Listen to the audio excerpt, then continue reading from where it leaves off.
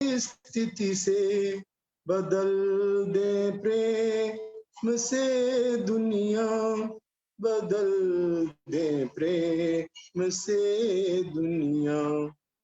समझ कर प्रेम परिभावक, समझ कर प्रेम परिभाषा तुम्हारे यंत्र बन जाए। समझ कर प्रेम परिभाषा तुम्हारे तंत्र बन जाए। प्रभु आशीष दो हमको, तुम्हारे यंत्र बन जाए। तुम्हें अनुभव करे प्रतिपल, न एक पल दूर तुमसे हो। तुम्हें अनुभव करे प्रतिपल, न एक पल दूर तुमसे हो, न एक पल दूर तुमसे हो। बहारों की तरह हम भी खुशी के मंत्र बन जाए। बहारों की तरह हम भी खुशी के मंत्र बन जाए। प्रभु आशीष दो हमको, तुम्हारे यंत्र बन जाए। बने राही परम पथ के, तुम्हारे अंश बन जाए। प्रभु आशीष दो हमको, तुम्हारे यंत्र बन जाए। बहुत बहुत धन्यवाद जी समय देने के लिए। जी को सब बढ़ारे जी, राजकुमार जी सुनाएंगे कुछ? हाँ जी भाई, हाँ जी भाई साहब जी आ जाए। मुझे क्या रहे हैं आप? माता प्रवीणा ठक्कर जी आ जाए मुंबई से। सभी को सादर नमस्ते। भीतर सखा है तेरा, जरा मन लगा के देख, अंतःकरण में ज्ञान की ज्योति जगा के देख। भीतर सखा है तेरा, ऐ इंद्रियों की शक्तियाँ बाहर की ओर जोड़, बाहर की ओर से मुझे भीतर को मोड़ दो, भीतर को मोड़ दो।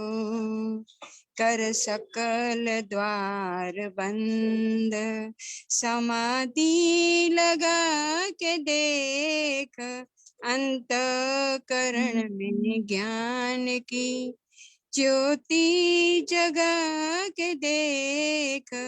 भीतर सखा है तेरा, शुद्ध आत्मा से पूछ के रचना का ध्यान कर, नीचे ही झूम जाएगा। महिमा का ध्यान कर, महिमा का ध्यान कर। श्रद्धा की देवी रूठी है, उसको मना के देख, अंतःकरण में ज्ञान की ज्योति जगा के देख।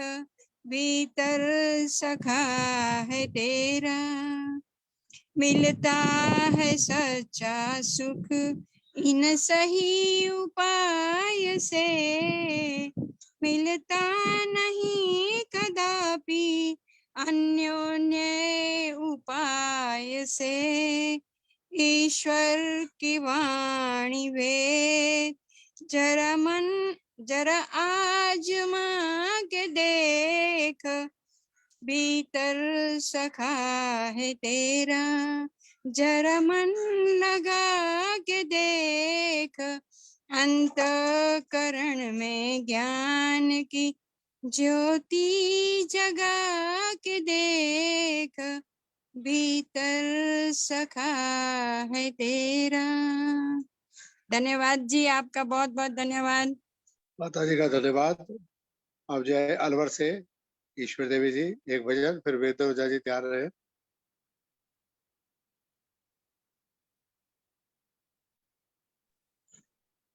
हेलो, माता ईश्वर देवी जी अलवर से। नमस्ते। आवाज आ रही है? आ रही है जी, बोलो जी।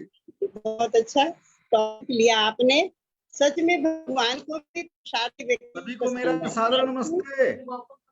आवाज आ रही है सर? आवाज आ रही है क्या? आ रही है जी, आ रही है, बोलो माता जी। डॉक्टर भारत जी आपका 5:20 से है।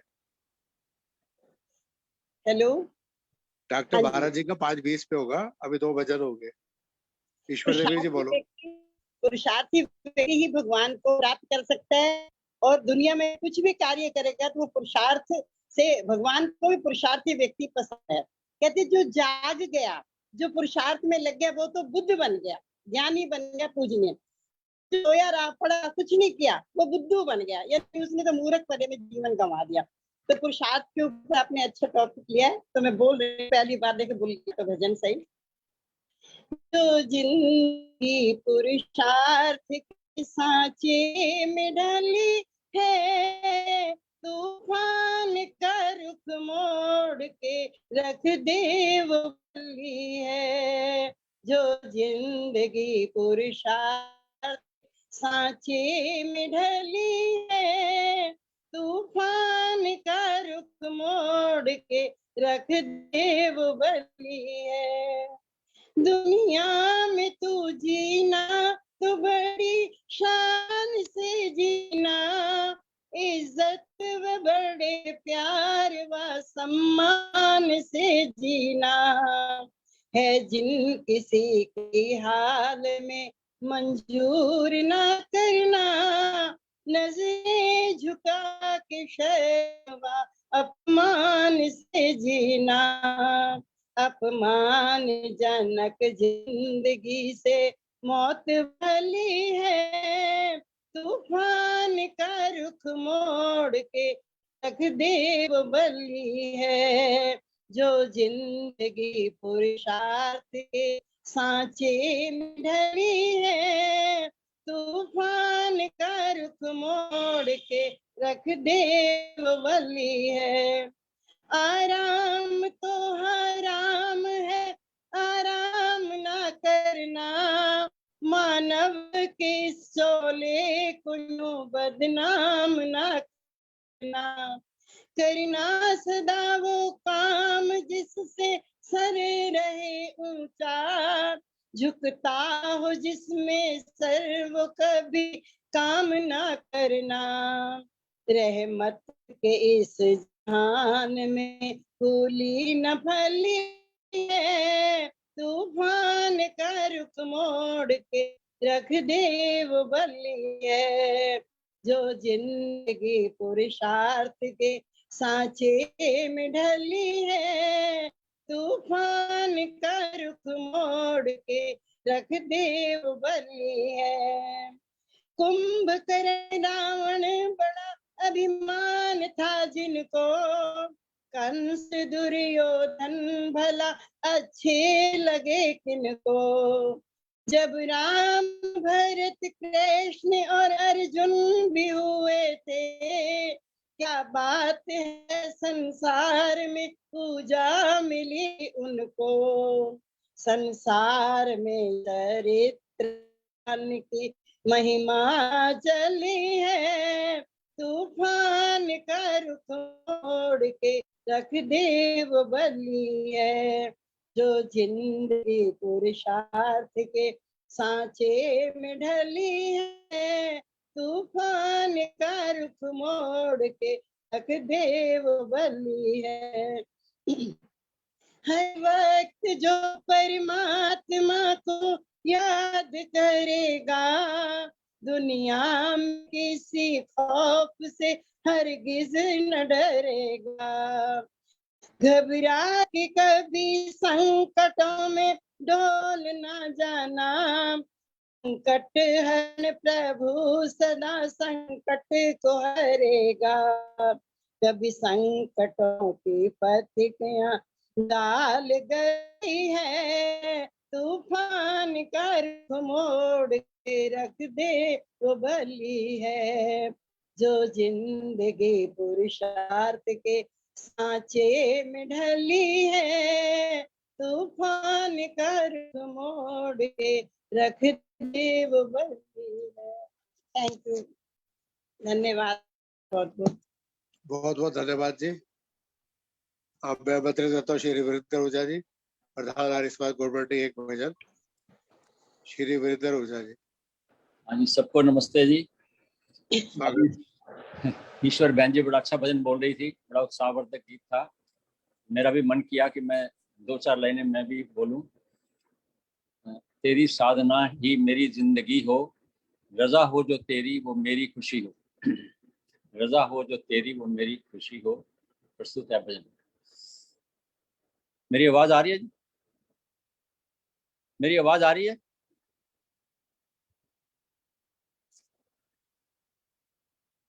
तेरी साधना ही मेरी जिंदगी हो, रजा हो जो तेरी हो मेरी खुशी हो। तेरी साधना ही मेरी जिंदगी हो, रजा हो जो तेरी हो मेरी खुशी हो। फिक्र हो जो दिल में तो अपनी खता का, जिक्र हो जो लब पे तो तेरी वफा का। फिक्र हो जो दिल में तो अपनी खता का, जिक्र हो जो लब पे तो तेरी वफा का। उठे जो सदा वो तेरी बंदगी हो, रजा हो जो तेरी हो मेरी खुशी हो। मुझे हर कदम पे हो तेरा सहारा, मेरी हर नजर में हो तेरा नजारा।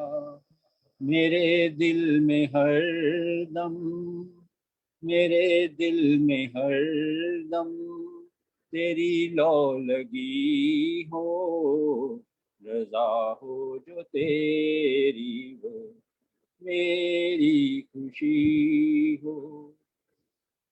मैं साधक हूँ इसके सिवा कुछ नहीं हूँ, मैं तेरा हूँ तुझसे जुदा कुछ नहीं हूँ।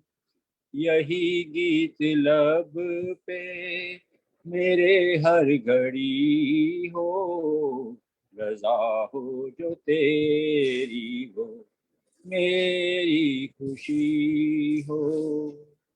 धन्यवाद।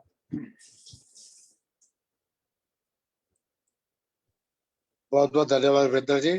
अब प्रतिभा कटारिया जी जनकपुरी से एक भजन, फिर आचार्य भारत जी के बच्चे, फिर भारत जी का उद्बोधन। आइए प्रतिभा कटारिया जी, स्वागत है। जरा मेरी ना तबीयत ठीक नहीं है, हल्का फीवर है मुझे। अच्छा चलो कोई बात नहीं। हाँ बिल्कुल मैंने अग्रवाल जी बोलेगी। मैं है? बोलूं? मैं अजब मैं बोलूं जी? बोलो जी एक भजन और। बोलूं जी मैं? हाँ बोलो जी। अच्छा जी, धन्यवाद।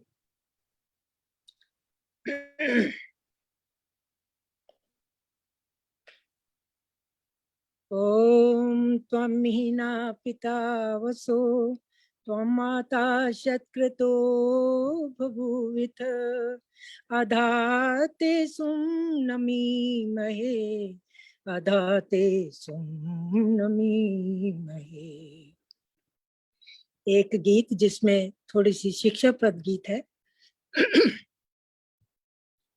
सबके गुण अपनी हमेशा गलतियां देखा करो, जिंदगी की बहू तुम झलकियां देखा करो।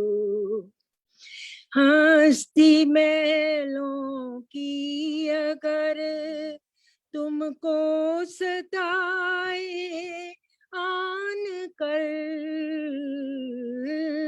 हस्ती महलों की अगर तुमको सताए आन कर, कुछ गरीबों की भी जाकर बस्तियां देखा करो, सबके गुण अपनी हमेशा गलतियां देखा करो।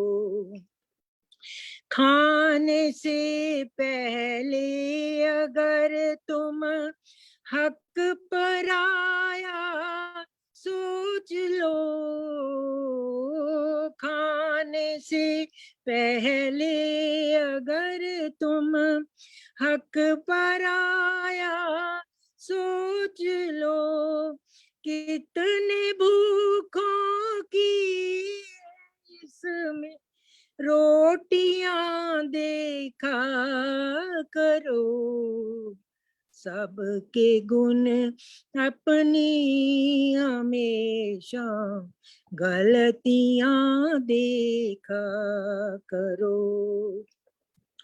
आदबोचे गर कभी तुझको सिकंदर का गरूर, खाली हाथ आते जाते अर्थियां देखा करो, सबके गुण अपनी हमेशा गलतियां देखा करो। ये जवानी की अकड़ सब खाक में मिल जाएगी, जल चुके जो शब है उनकी अस्थियां देखा करो, सबके गुण अपनी हमेशा गलतियां देखा करो। जिंदगी में चाहते हो सुख अगर अपने लिए, जिंदगी में चाहते हो सुख अगर अपने लिए, दूसरों के गम में अपनी सिसकियां देखा करो, सबके गुण अपनी हमेशा गलतियां देखा करो, जिंदगी की हूबहू तुम झलकियां देखा करो। धन्यवाद। बहुत बहुत धन्यवाद। राज बहन जी आर्य समाज बी ब्लॉक जनकपुरी की कई वर्ष मंत्री रही, कई बार भजन सुने। अब ये चंडीगढ़ में रह रही है, आज पहली बार भजन सुना है हमारे कार्यक्रम में। माता जी का बहुत बहुत स्वागत अभिनंदन। अब आज के मुख्य वक्ता डॉक्टर भारत वेद अलंकार जी आएंगे, उनकी धर्मपत्नी प्रमिला जी का भी स्वागत है, बच्चों का भी स्वागत है।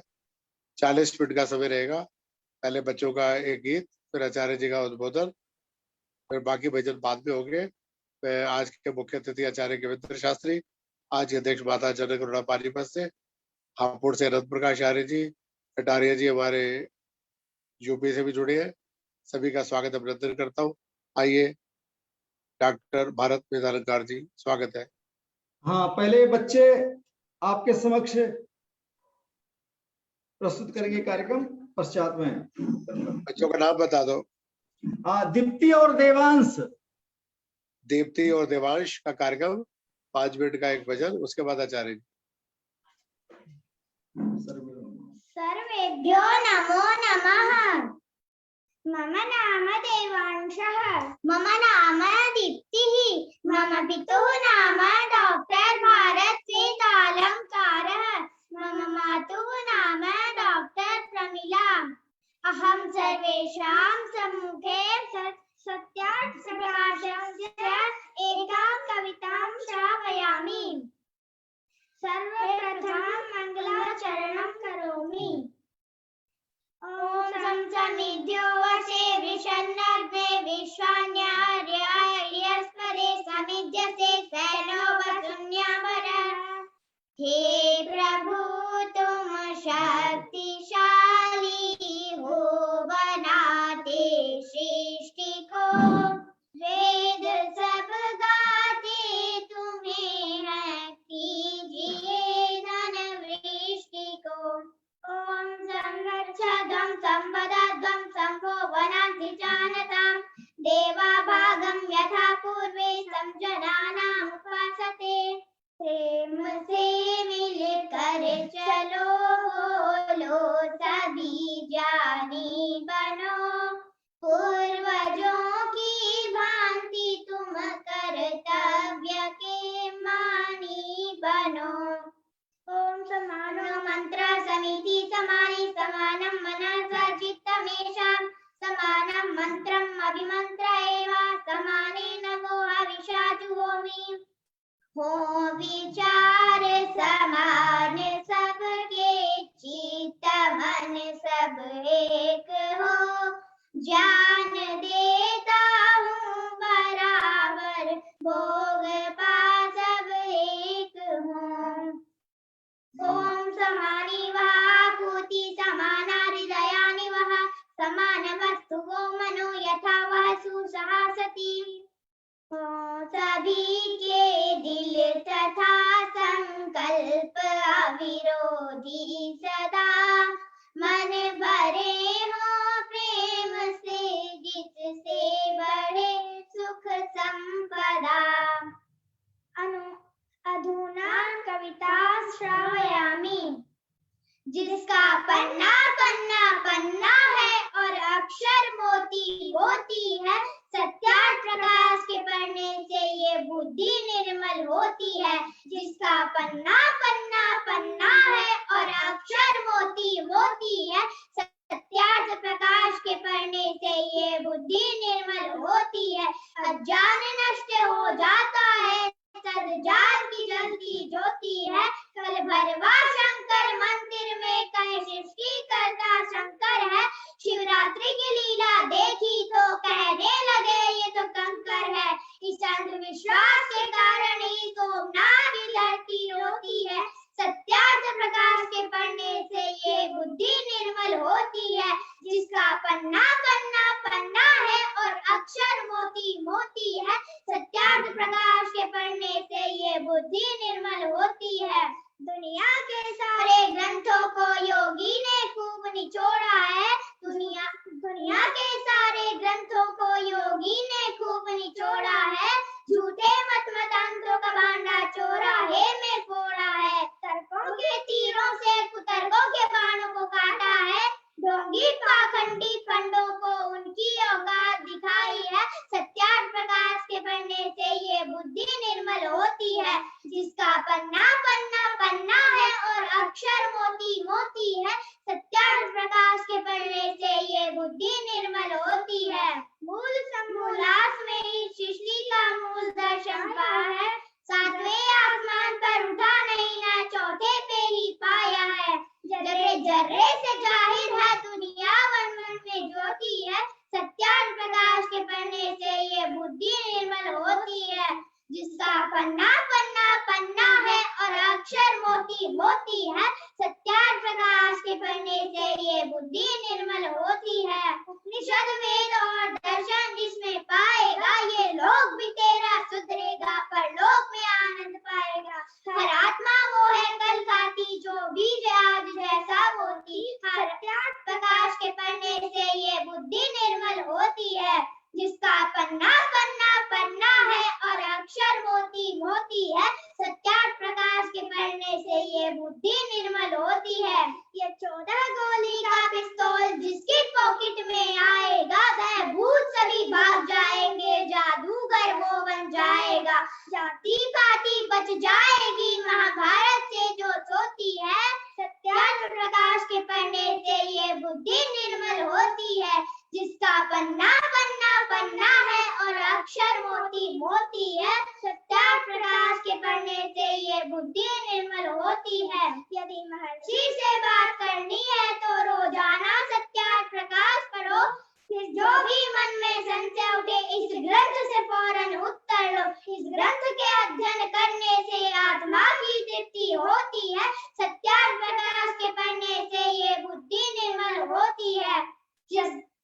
जिसका पन्ना पन्ना पन्ना है और अक्षर मोती मोती है, सत्यार्थ प्रकाश के पढ़ने से ये बुद्धि निर्मल होती है। श्रद्धा से श्रद्धानंद ने भी इसे जीवन में अपनाया है, लेकर मुसाफिर ने अपना सर्वस्व लुटाया है। सच पूछो बाल हकीकत ने सच पर ही सिर कटवाया है, झूठे चरकारे बोल रहे ना जंतु ना ही चोरी है। सत्यार्थ प्रकाश के पढ़ने से ये बुद्धि निर्मल होती है। जिसका पन्ना पन्ना पन्ना है और अक्षर मोती मोती है, सत्यार्थ प्रकाश के पढ़ने से ये बुद्धि निर्मल होती है।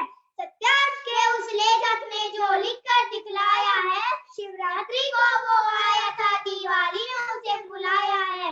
प्रभु तेरी इच्छा पूर्ण हो ये अंत समय में गाया है, आशानंद भारत माता अश्रुधन के हार पिरोती है। सत्यार्थ प्रकाश के पढ़ने से ये बुद्धि निर्मल होती है।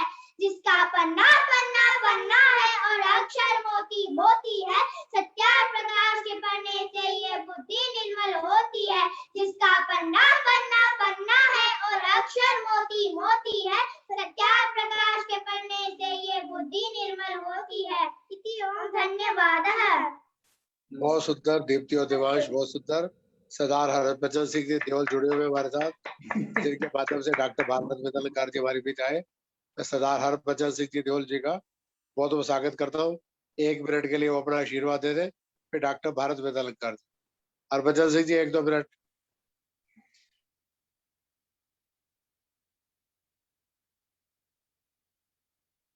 सरदार हरभजन सिंह देवल जी 2 शब्द अपना आशीर्वाद। बेश आर्य जी भी जुड़ चुके फिरोजपुर से, बाद में भजन सुनेंगे। नमस्कार अनिल आर्य जी। मैं तो सबसे पहले इस कोरोना काल के अंदर जो महान यज्ञ आपने शुरू किया, उसकी श्रृंखला लगातार चल रही है और उसके अंदर आपने दुनिया भर से अच्छे अच्छे विद्वान, योगी और कॉलेजों के प्रोफेसरों को इस महामारी के दौरान एक अमृत की वर्षा इन कार्यक्रम के माध्यम से उसके लिए बहुत और जो आज का कार्यक्रम है उन्होंने टाइम के प्रस्तुत इस वर्ष बच्चों का कैंप भी लगाते हैं, बड़े बड़े कार्यक्रम करते हैं और यही आगे चलकर बनेंगे। तो आप सबको, तो आपकी परिषद है, हमारी परिषद नवयुवक अध्यक्ष हैं, वो कार्य कर रहे हैं और आने वाले समय में आपके कार्यों का मूल्यांकन आने वाली पीढ़ी में। बहुत बहुत धन्यवाद हरभजन जी। अब मैं डॉक्टर भारत वेदालकार जी से प्रार्थना करूंगा, 40 मिनट के लिए आज के विषय पे प्रकाश डालेंगे। आचार्य जी के बाद आचार्य केवेंद्र शास्त्री जी अपना आशीर्वाद, अध्यक्ष जनक अरोड़ा जी, फिर 2-4 भजन बेशी फिरोजपुर से और जो भजन के इच्छुक होंगे उनको समय दिया जाएगा। लगभग 6:45 आज बच जाएंगे। आइए भारत वेदालकार जी, आपका बहुत बहुत स्वागत। माइक ऑन कर ले।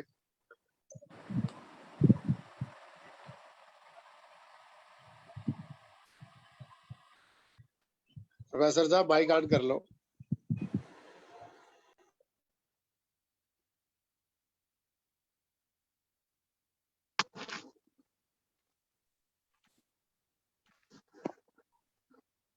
आज स्वागत है, माइक खुल गया है डॉक्टर भारत जी।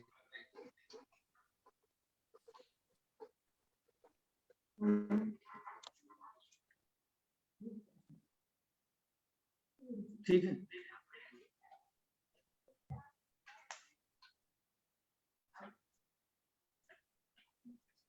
मानव जीवन में पुरुषार्थ के महत्व पर आपके समक्ष मैं अपना वक्तव्य प्रस्तुत कर रहा हूं। तो सभी जितने भी लोग इस कार्यक्रम में जुड़े हुए हैं उन सभी को, और इस कार्यक्रम के जो मूल सूत्रधार हैं हमारे श्री अनिल आर्य जी, मैं उनका भी हृदय से धन्यवाद करता हूं कि वो मुझे कभी कभी याद करते रहते हैं और कार्यक्रम प्रस्तुत करने का उन्होंने समय दिया। तो उनको भी और आप सभी को मेरा सादर नमन। अपने विषय पर मैं आता हूं कि मानव जीवन में जो पुरुषार्थ है, पुरुषार्थ शब्द जो है पुरुष जमा अर्थ। पुरुष कौन है? सृष्टि में पुरुष दो हैं। एक पुरुष है सामान्य पुरुष और दूसरा है विशेष पुरुष, जिसको हम परम पुरुष बोलते हैं। पुरुष की व्युत्पत्ति के अनुसार पुरी शेते शयनात्, अर्थात इस शरीर रूपी पुरी में जो निवास करता है वो जीवात्मा है, और जो ब्रह्मांड रूपी पुरी में निवास करता है इस ब्रह्मांड में वो परम पिता परमात्मा है, जिसको योग दर्शन में परम पुरुष के नाम से संबोधित किया है, तो परम पिता परमात्मा है। तो यहाँ पर पुरुषार्थ से तात्पर्य परमात्मा को किसी भी प्रकार के पुरुषार्थ की आवश्यकता नहीं है। आवश्यकता है तो जीवात्मा को है, हम जैसे लोगों को है कि जो इस सृष्टि में हम आते हैं तो पुरुष के लिए जो है अर्थात जीवात्मा के लिए उसका अर्थ क्या है उस पर हम उसका बताएंगे, जो उसका जीवन का उद्देश्य है। तो ये जो है जो पुरुषार्थ है, इसके अनुसार प्रत्येक व्यक्ति का लक्ष्य संसार में 4 प्रकार के पुरुषार्थों को प्राप्त करना है। मानव जीवन का जो लक्ष्य है वो 4 प्रकार के पुरुषार्थ हैं, यथा धर्म, अर्थ, काम और मोक्ष। कहते काम तो प्रत्येक मनुष्य की स्वाभाविक प्रवृत्ति है, अर्थात कामना, इच्छा करना और कार्य करना। अर्थ, काम तथा अन्य आवश्यकताओं की पूर्ति तथा समाज की जो जीवन व्यवस्था है उसके साधन हैं। धर्म का आशय समाज को आरंभ करने वाले जो नियम हैं और उनके जो सिद्धांत हैं उनसे है। वैशेषिक दर्शन के अनुसार यह तो अभ्युदय निःश्रेय सिद्धि सधर्म। वैशेषिक दर्शन ने कहा कि जिससे यत माने जिससे अभ्युदय अर्थात सांसारिक हमारी जो लौकिक उन्नति है वो उन्नति होती हो, और जिससे पारलौकिक उन्नति होती हो, जिसको वेद में कहा है विद्याम च अविद्याम च यस्तद वेदो वयं सः अविद्यायां मृत्युम तीर्त्वा विद्या अमृतमश्नुते। अर्थात हम विद्या के द्वारा अविद्या के द्वारा संसार के भवसागर को पार करें, अर्थात लौकिक ज्ञान के द्वारा संसार को हम जीतें और जो समस्याएं सांसारिक है उनको हम उन पर विजय प्राप्त करें, उन समस्याओं को दूर करें, और साथ में जो यथार्थ विद्या है, जो परा विद्या है, उसके ज्ञान के द्वारा हम अंत में अमृतत्व को भी प्राप्त करें, निःश्रेयस को प्राप्त करें। जैसे जिससे हमें लौकिक और पारलौकिक उन्नति जिससे दोनों होती हो, उसके लिए धर्म कहा गया है। वो सिद्धि सधर्म अर्थात जिससे ये लोक में और मनुष्य जाति की उन्नति हो और परलोक में भी मुक्ति की जिसे प्राप्ति हो, जिस कार्य से उसको धर्म के रूप में प्रस्तुत किया है। इसी प्रकार धर्म अर्थ काम और मोक्ष, काम ये 3 ये लोक की वस्तुओं से संबद्ध हैं। संक्षेप में इन्हीं को त्रिवर्ग भी कहा जाता है। तो धर्म, अर्थ और काम क्रमशः मनुष्य के नैतिक आदर्शों, भौतिक साधनों तथा शारीरिक, मानसिक और प्राणात्मक जो इच्छाएं हैं, कहते इनके सूचक हैं। इसी प्रकार इन तीनों इन तीनों को प्राप्त करना मानव जीवन का कर्तव्य है। इस त्रिवर्ग के अतिरिक्त जो अंतिम जो लक्ष्य है मोक्ष भी मानव जीवन में उतना ही आवश्यक है। कभी कभी हिंदुओं के या वैदिक धर्म के त्रिवर्ग को मोक्ष का साधन मात्र भी मान लिया गया है, परंतु साधारणतया चारों पुरुषार्थों पर ही हमारे वैदिक संस्कृति में बल दिया गया है कि हमें जो मानव जीवन तभी सफल होगा कि जब हम धर्म, अर्थ, काम और मोक्ष इन चारों को अच्छी प्रकार से जीवन में प्रयोग करेंगे।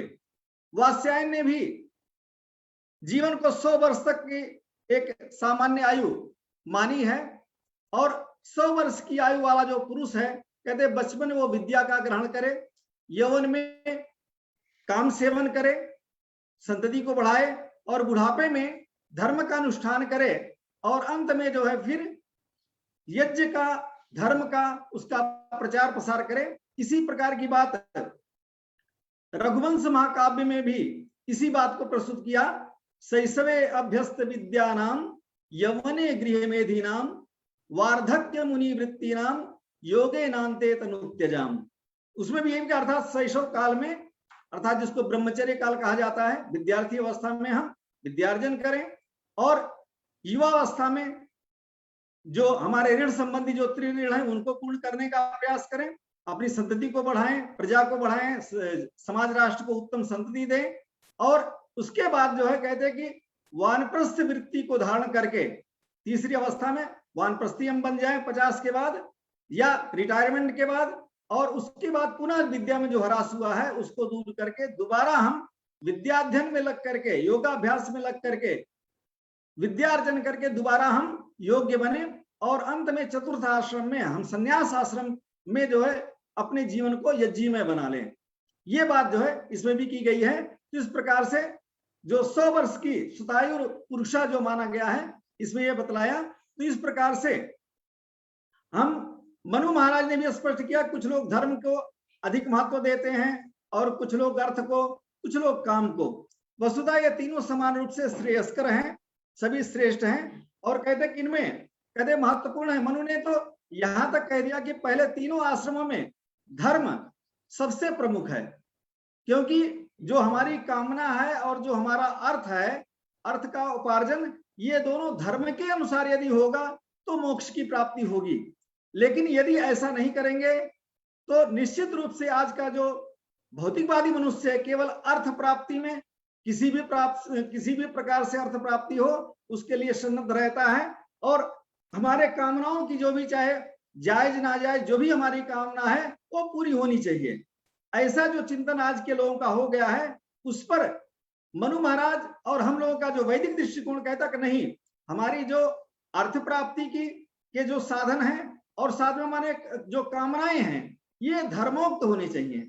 अगर इसके अनुसार चलेंगे तो निश्चित रूप से मोक्ष की प्राप्ति होगी।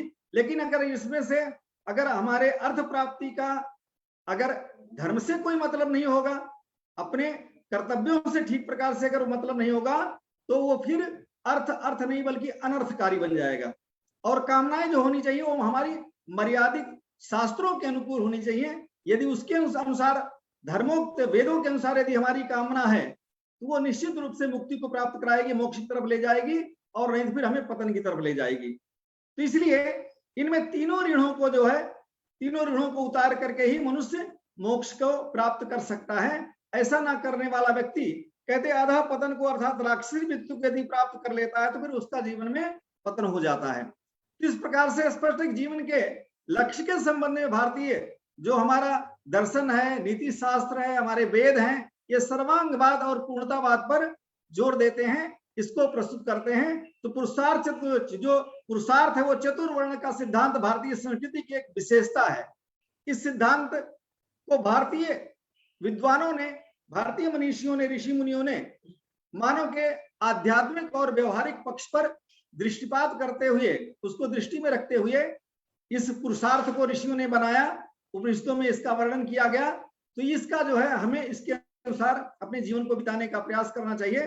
तो मनुष्य की क्या क्या आवश्यकताएं हैं, क्या मनुष्य का लक्ष्य केवल मोक्ष है या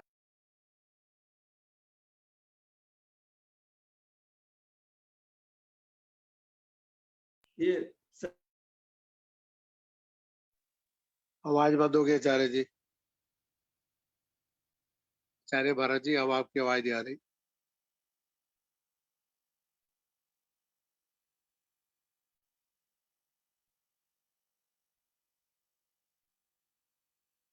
डॉक्टर भारत जी, माइक बंद है।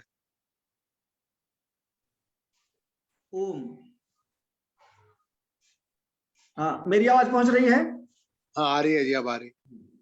तो पुरुषार्थ चातुर्वर्ण जो सिद्धांत भारतीय संस्कृति की एक विशेषता है, इस सिद्धांत को भारतीय विद्वानों ने मानव के आध्यात्मिक और व्यवहारिक पक्ष पर दोनों पर दृष्टि रखते हुए इसे बनाया। और मानव की क्या क्या आवश्यकताएं हैं, क्या मनुष्य का लक्ष्य केवल मोक्ष है, क्या उसके जीवन में दूसरा व्यवहारिक तत्वों अर्थात धर्म, अर्थ और काम का भी महत्व है, इत्यादि प्रश्नों का ध्यान रखते हुए इस सिद्धांत का निर्माण किया गया है। ये सिद्धांत मनुष्य को सच्चे सर्वांग अर्थ में मनुष्य बनाता है अगर हम पुरुषार्थ के अनुसार चलते हैं।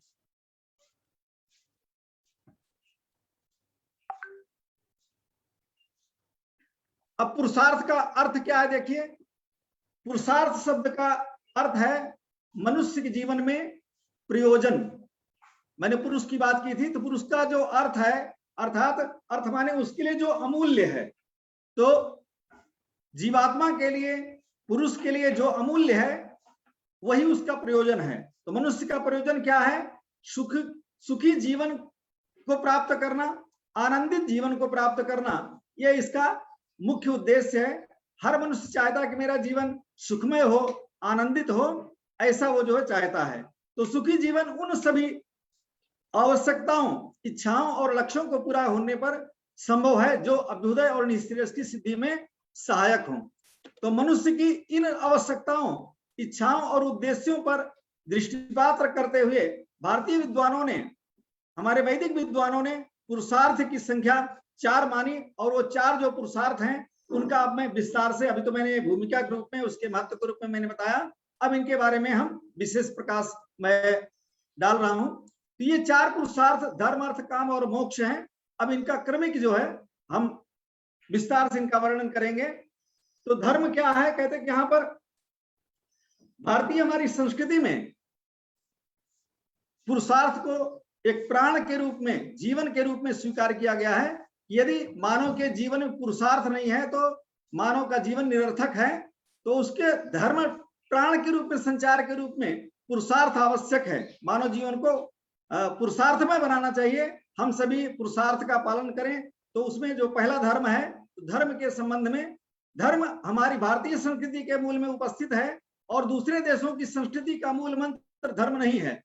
धर्म की परिभाषा करना बहुत कठिन कार्य है। विद्वानों ने धर्म की बहुत तरह से परिभाषाएं की हैं। धर्म शब्द का जो व्युत्पत्ति मूलक जो अर्थ है वो धारण करने वाला, अर्थात कहने का भाव यह है कि क्योंकि धर्म धृ धातु से बनता है, तो धारण करने वाला तात्पर्य क्या है कि किसको धारण करने वाला। तो यहाँ पर उत्तर है कि जो सभी के कर्तव्यों, अधिकारों का सभी के जो संरक्षण करता है, जो सभी का धारण पोषण करता है, वो धर्म है।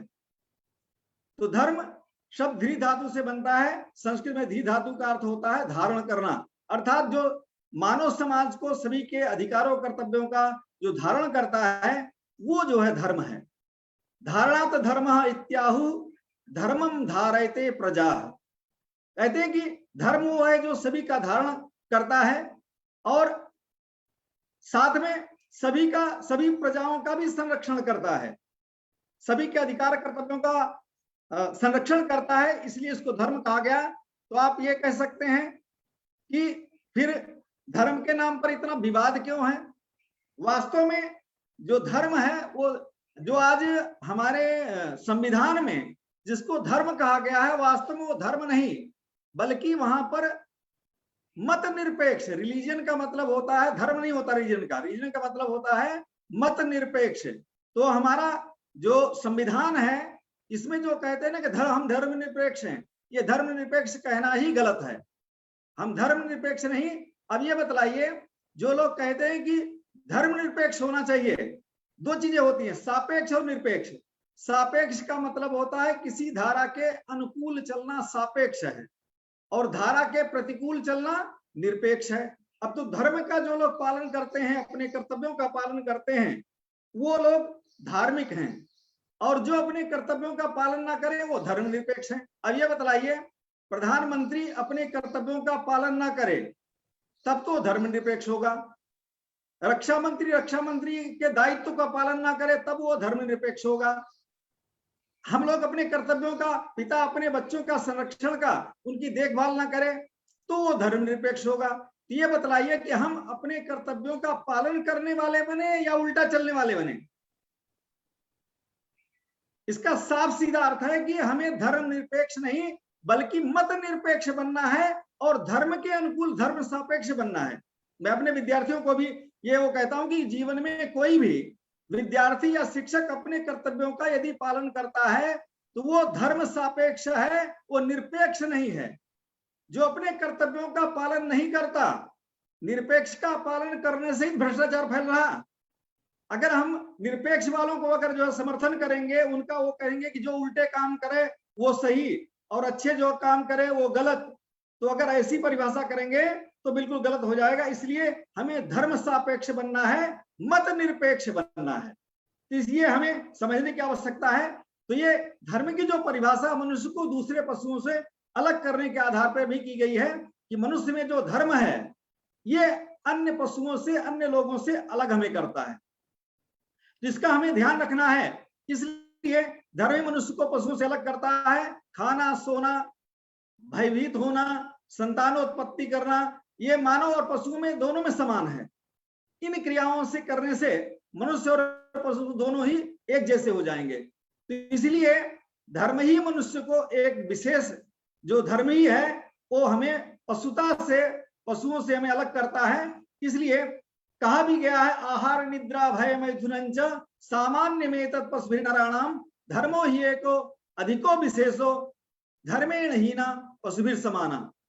अर्थात जो अगर धर्म से जो व्यक्ति हीन है, अपने कर्तव्यों का पालन नहीं करता है, अन्य चीजें तो सभी पशुओं में और हम सब में समान है, लेकिन जो धर्म है, जो विवेक है, जो ज्ञान है, परोपकार की जो भावना हमारे अंदर है, जो धर्म का जो लक्षण महर्षि मनु ने किया है, उनका जब जीवन में हम पालन करते हैं तभी हम धार्मिक बनते हैं। तो इसलिए जिससे लौकिक पारलौकिक हमारी उन्नति होती हो वो धर्म का मैंने पहले बता दिया आपको। इसके अतिरिक्त जो हमारा मीमांसा दर्शन है, मीमांसा दर्शन भी कहता है कि धर्म क्या है, तो कहते हैं कि यागादिरेव धर्मः, यागादिरेव धर्म। धर्म क्या है? जो याग आदि हैं, जो यज्ञ आदि हैं, वो धर्म है। दूसरा वो बताते हैं प्रयोजनवत वदर्थो धर्म, कहते हैं जो वेदानुकूल जो बातें कही गई, वेद प्रतिपाद्य प्रयोजन वदर्थो धर्म, कहते हैं जो वेद में प्रतिपादित सिद्धांत हैं उनके अनुसार अपने जीवन को बिताना, उनके अनुसार कर्तव्य पालन करना, ये धर्म है। तो इस प्रकार से धर्म जो है हमारे लिए लौकिक और पारलौकिक दोनों उन्नति का साधन है। जो धर्म आध्यात्मिकता की ओर ध्यान न देकर के केवल भौतिक उन्नति पर ही अपना ध्यान केंद्रित करता है, वो एकांगी है। इसीलिए दोनों पर आवश्यकता देने की मैंने मंत्र प्रस्तुत किया था, विद्याम च यस्तद वेदो भयंसा अविद्यायाम मृत्युम तीर्थवा विद्या अमृतम अश्नुते। तो दोनों जो है, जो परा विद्या है और जो अपरा विद्या है, दोनों ही हमें आनी चाहिए। ये दोनों मानव जीवन के पंख हैं। एक जो है, अगर पक्षी को अगर उड़ान भरना है तो उसे ज्ञान और कर्म, लौकिक और पारलौकिक दोनों के द्वारा अगर वो अपना उन्नति करेगा तभी सर्वांगीण उसका विकास होगा, नहीं तो एकांगी विकास होने से फिर वो यही का यही रह जाता है। इसलिए दोनों में समन्वय करने की आवश्यकता है कि हम लौकिक भी उन्नति करें, साथ में पारलौकिक भी उन्नति करें। नहीं तो केवल लौकिक उन्नति से हमारा जो है, हमारे समाज की जो समस्या, हमारी जो व्यक्तिगत समस्या है, वो हल होने वाली नहीं है। इसलिए केवल, और अगर कोई केवल आध्यात्मिक पर ही ध्यान देता है तो भी एकांगी है।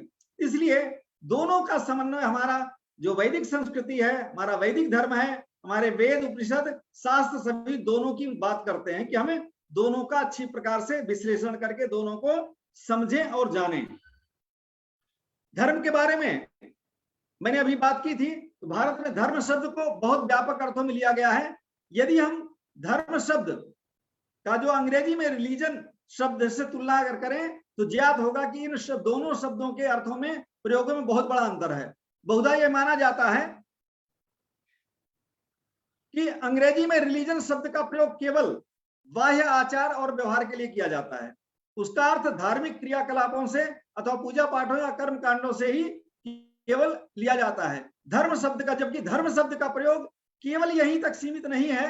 धर्म शब्द का इतना व्यापक अर्थ है कि पश्चिम में जिसे कल्चर बोलते हैं के नाम से पुकारा जाता है, वो भी इसमें समा जाता है। तो रविन्द्रनाथ टैगोर ने तो सिविलाइजेशन के लिए धर्म शब्द को उपयुक्त माना। इस प्रकार से स्पष्ट है कि धर्म जो है शब्द रिलीजन से बहुत व्यापक है। इसलिए धर्म के जो मनु महाराज जी ने जो लक्षण दिए हैं, क्षमा दमोस्तेयम शौचम इंद्रिय निग्रह धी विद्या सत्यम क्रोधो दशकम धर्म लक्षणम, अर्थात धैर्य रखना जीवन में, क्षमाशील होना, संयमी होना, चोरी ना करना, आंतरिक और बाह्य हम तीनों प्रकार की जो शुद्धि करें, शौच अर्थात मनसा वाचा कर्मणा, हमारे जीवन में शुद्धि आए, इंद्रियों को बस में हम रखने वाले बने, संयमी बने, चरित्रवान बने, ब्रह्मचारी बने, बुद्धि हमारी ऐसे भोजन करें जिससे हमारी बुद्धि बढ़े, हम ज्ञान ऐसे करें जिससे वास्तविक विद्या का हमें तत्व ज्ञान प्राप्त हो, विद्या के निरंतर वृद्धि में बढ़ाने में हम निरंतर लगे रहें जीवन में। सत्य और क्रोध, कहते सत्य का इसके अधिक जीवन में हमारे पालन हो, और क्रोध ना करें, क्योंकि क्रोध से व्यक्ति की बुद्धि भ्रष्ट हो जाती है, नष्ट हो जाती है, और फिर व्यक्ति क्रोध में कुछ का कुछ बोल जाता है। इसलिए अधिकांश जो विवेकशील प्राणी होते हैं उनको क्रोध कम आता है। जो लोग ज्ञानी कम होते हैं, अल्प ज्ञानी होते हैं, उनको ही ज्यादा क्रोध आता है और प्रश्न का उत्तर देना आता नहीं। इसलिए लोग जो है क्रोध करके लोगों के विचारों को वैसे दबाना चाहते हैं। तो ऐसा नहीं होना चाहिए। हम वास्तव में चाहे विद्यार्थी हो या कोई भी अगर प्रश्न करता है तो हमें उसको संतुष्ट करने का प्रयास करना चाहिए। तो हम कभी क्रोधित ना हो। क्रोध जो है अज्ञानता का लक्षण है।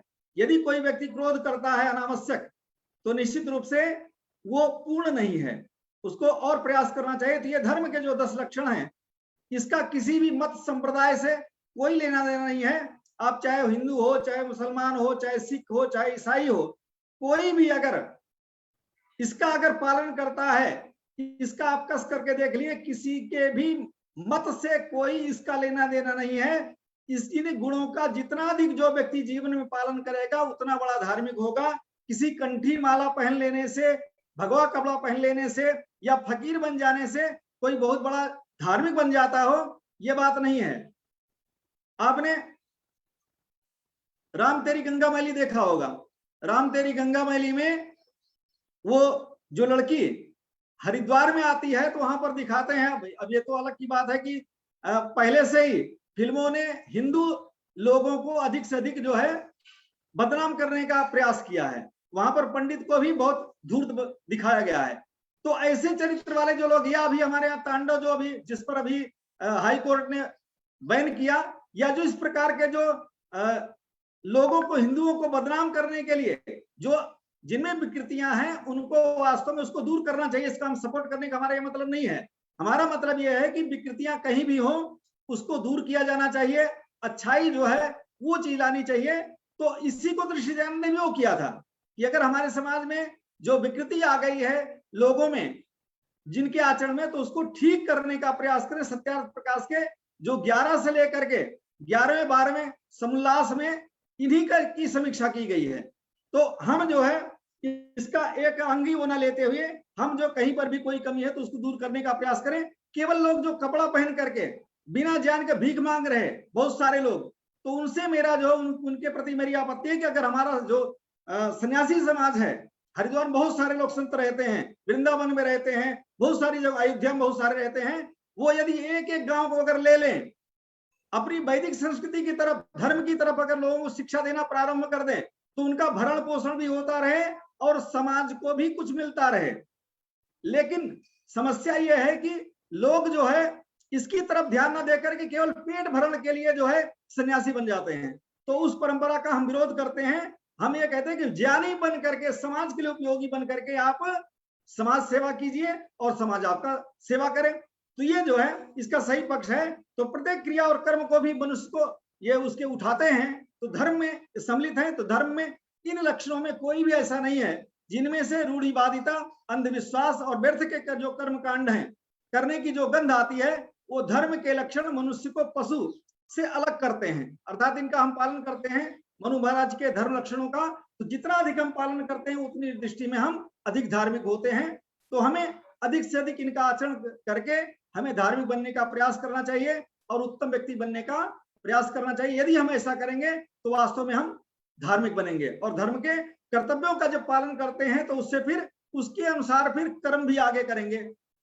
तो इसलिए मुझे समय से पूर्ण करना है, इसलिए मेरे पास तो इससे संबंधित बहुत सारा सामग्री है, जिनमें से भगवत गीता, याज्ञवल्क्य, बहुत सारे ग्रंथों का मैंने इसमें संकलन किया हुआ है। भगवत गीता में धर्म से अपने कर्तव्य का अर्थ लिया गया है, मनु महाराज जी का मैंने प्रस्तुत कर दिया। याज्ञवल्क्य स्मृति में भी कर्तव्य को अपने धर्म के रूप में यहाँ पर प्रयोग किया गया कि जो व्यक्ति अपने कर्तव्यों का पालन करता है वो वास्तव में व्यक्ति धार्मिक होता है, और जो व्यक्ति ऐसा नहीं करता तो फिर वो धार्मिक व्यक्ति नहीं है। तो इसलिए इसी प्रकार से हमारे अन्य जो शास्त्र हैं वहां पर भी धैर्य, क्षमा, मन को बस में करना, ये सब सारी चीजें बतलाई गई हैं। और साथ में हमारे याज्ञवल्क्य स्मृति में भी सर्वसाधारण के लिए धर्म के साधन ये गुण बतलाए गए हैं कि अहिंसा, सत्य बोलना, चोरी ना करना, पवित्र रहना, इंद्रिय संयम करना,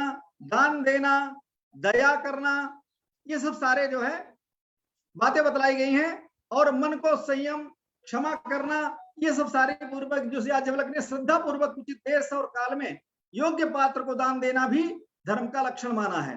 तो धर्म के याज्ञवल्क्य ने धर्म का परम लक्ष्य योग के द्वारा आत्म साक्षात्कार प्राप्त करना स्वीकार किया, माना है। और यज्ञ, सदाचार, दम, अहिंसा, दान, स्वाध्याय को भी इसके साधन के रूप में उन्होंने स्वीकार किया है। तो महर्षि याज्ञवल्क्य का कथन है कि वेद और धर्म शास्त्रों को जानने वाले जो 4 विद्वान या 3 वेद को जो जानने वालों की जो सभा है, उनमें कहते हैं जो ब्रह्म वेत्ता, जो पुरुष हो, विद्वान हो, उसी को धर्म बताया गया है और वही सबसे बड़ा धार्मिक है। इस प्रकार से आश्रम आदि के धर्म और बहुत सारे सब कुछ बतलाए गए हैं। तो मैं इनका अधिक ना करता हुआ अब मैं दूसरे उस पर चलता हूं, क्योंकि हमें समय पूर्ण करना है। तो अगला जो अर्थ है, अर्थ के बारे में, अर्थ को एक साधन के रूप में स्वीकार किया गया है कि अर्थ के बगैर भी हमारा समाज, हमारा जो काम नहीं चल सकता। तो पुरुषार्थों में अर्थ का जो स्थान है दूसरा दिया गया है, लेकिन जो अर्थ कमाने का जो तरीका है, जिस प्रकार से अभी कोरोना में सुनने में ये आया कि बहुत सारे लोगों का जो है कोरोना के नाम पर किडनी निकाल ली गई, बहुत सारे अंग निकाल गए, अंग प्रत्यारोपण जो उसके लिए जो इस प्रकार के जो कार्य किए गए, ये निंदनीय कार्य हैं। पैसा प्राप्ति के लिए अगर ऐसा करते हैं तो अनैतिक ये लोग, डॉक्टर लोग कार्य कर रहे हैं। जो लोग ऐसा नहीं कर रहे हैं उनका मैं समर्थन करता हूं, जो उल्टे काम करते हैं उनका मैं विरोध करता हूं। तो भारतीय विद्वानों ने अर्थ को भी कभी भी उपेक्षा नहीं की, क्योंकि अर्थ के द्वारा ही सारा हमारा काम चलता है। अर्थ से हम यज्ञ करते हैं, अर्थ से ही हम जो अपनी आवश्यकताओं की पूर्ति करते हैं। तो इसलिए अर्थ का भी महत्व है। इसका कारण यह था कि अर्थ को धर्म का साधन माना जाता था और आज भी माना जाना चाहिए। तो संस्कृत के एक श्लोक में भी ये बात कहा कि धनात् धर्मः तथा सुखम, या चाणक्य नीति का है कि आचार्य चाणक्य कहते हैं कि ये सुखस्य मूलम धर्मः, कि सुख का जो मूल है वो धर्म है, और धर्मस्य मूलम अर्थः। तो कहते हैं कि अर्थ धनात् धर्म, इसलिए धर्म के द्वारा ही धार्मिक कार्य भी किए जाते हैं, दान पुण्य के काम किए जाते हैं, यज्ञ किए जाते हैं। तो इसलिए धन की उपेक्षा भी नहीं की जा सकती। तो भरण पोषण भी सारा हमारा धन पर आधारित है। इसका अर्थ यह है कि धन से धर्म की भी सिद्धि होती है, परंतु अच्छी बुद्धि से जब किया जाता है तब। परंतु अर्थ का भारतीय विद्वानों ने विशेष अर्थों में प्रयोग किया है। इसका अर्थ भी धर्म शब्द के अर्थों के समान ही बहुत व्यापक है। भारतीय अर्थशास्त्र में भी केवल धन संबंधी बातों पर ही विचार नहीं किया गया है, किंतु उसमें राजनीति, कूटनीति आदि विषयों को भी सम्मिलित कर दिया गया है। कौटिल्य अपने अर्थशास्त्र में राजकुमारों की शिक्षा, मंत्रिमंडल कैसा हो, गुप्तचर हमारे कैसे हो, उनके अंदर क्या क्या गुण होने चाहिए, धार्मिक आदि जो भी, तो राजदूत कैसे हो, शासन व्यवस्था किस प्रकार से प्रबंधन कार्य हो, बदमाशों की रोकथाम किस प्रकार से की जाए, कानून हमारा कैसे कार्य करे, चीजों में मिलावट कैसे रोकी जा सके, तो मूल्य नियंत्रण, इसके अतिरिक्त जो है झूठे नापतोल के रोकने के लिए तरीके, कूटनीति, युद्ध संचालन, गुप्त विद्याएं आदि बहुत से विषयों पर चाणक्य नीति में बहुत सारा प्रकाश डाला गया है। तो जो लोग अधिक जानकारी चाहें अर्थशास्त्र के बारे में तो कौटिल्य का अर्थशास्त्र जरूर पढ़ें, जो कि उसके अनुसार कहते हैं अर्थ से संबंधित है। आज के युग में कौटिल्य के विचारों से धन संबंधी, राजनीति संबंधी और दंड नीति संबंधी मामलों में अधिक से अधिक लाभ उठाया जा सकता है।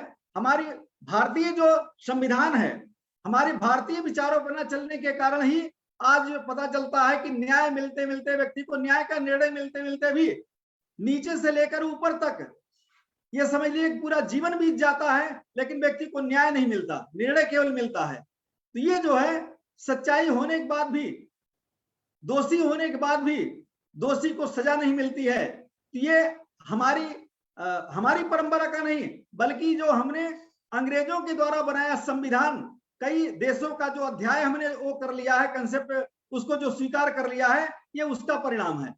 हमारे यहाँ तो सीधे जो है जैसे सऊदी अरब आदि में मारने की व्यवस्था है, वैसे ही दुराचारियों को चौराहे पर मारने की व्यवस्था अपने यहाँ भी है। उन्होंने हमारी संस्कृति को, हमारे उसको जो उन्होंने स्वीकार किया हुआ है।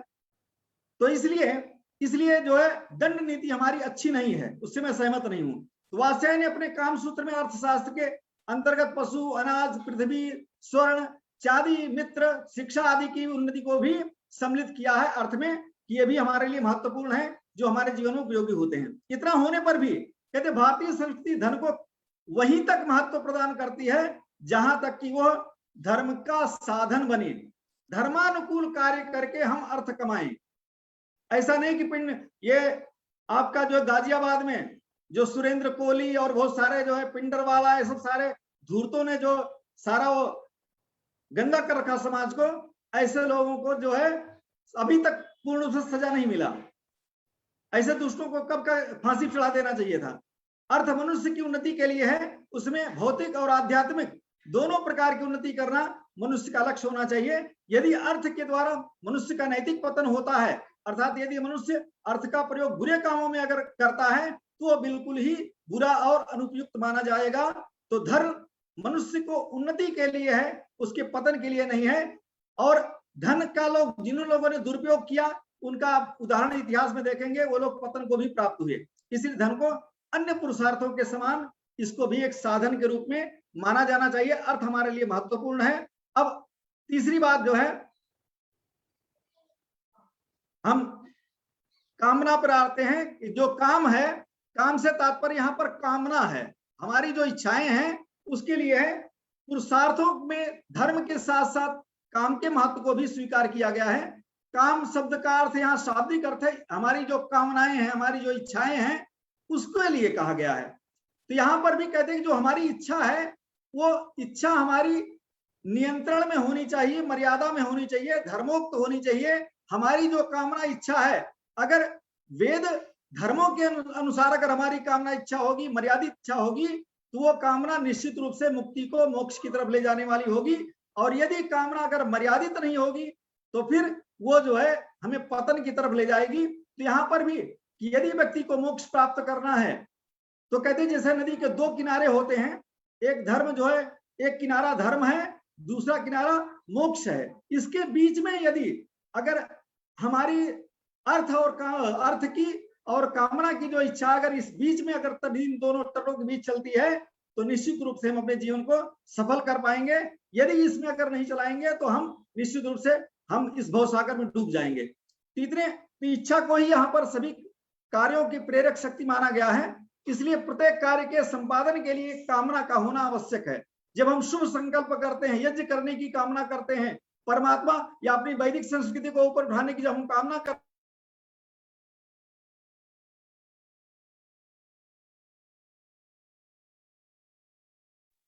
भारत जी बाइक बंद हो गया। डॉक्टर साहब बाइक बंद है।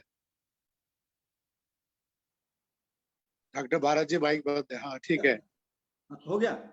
हाँ हो गया, अपने आप बंद हो गया था। तो इसलिए जो पुरुषार्थ है, ये जो कामना हमारी है, कहते इच्छा जो हमारी जो कामनाएं हैं जगत में, उनके लिए ही जो यहाँ पर, तो यहाँ पर शुभ और अशुभ, आपने श्रोत्री जी का कभी वेद प्रकाश श्रोत्री जी का अगर प्रवचन सुना होगा तो उसमें वो बतलाते हैं कि कामनाएं जो शुभ हैं उससे कभी भी हम संतोष न करें, अच्छे कार्यों के लिए संकल्प लें और अच्छे कार्यों को हम, जैसे आप लोग अपनी वैदिक संस्कृति को बढ़ाने के लिए, अच्छी परंपरा को बढ़ाने के लिए आपने कोरोना में भी निरंतर अपने ये सत्संग स्वाध्याय का, प्रवचन का आपने जो ये निरंतर आप कार्य कर रहे हैं, ये बहुत ही पुनीत कार्य कर रहे हैं, लोगों को प्रेरणा देने का कार्य कर रहे हैं और लोगों के जीवन में इससे उत्साह मिल रहा है।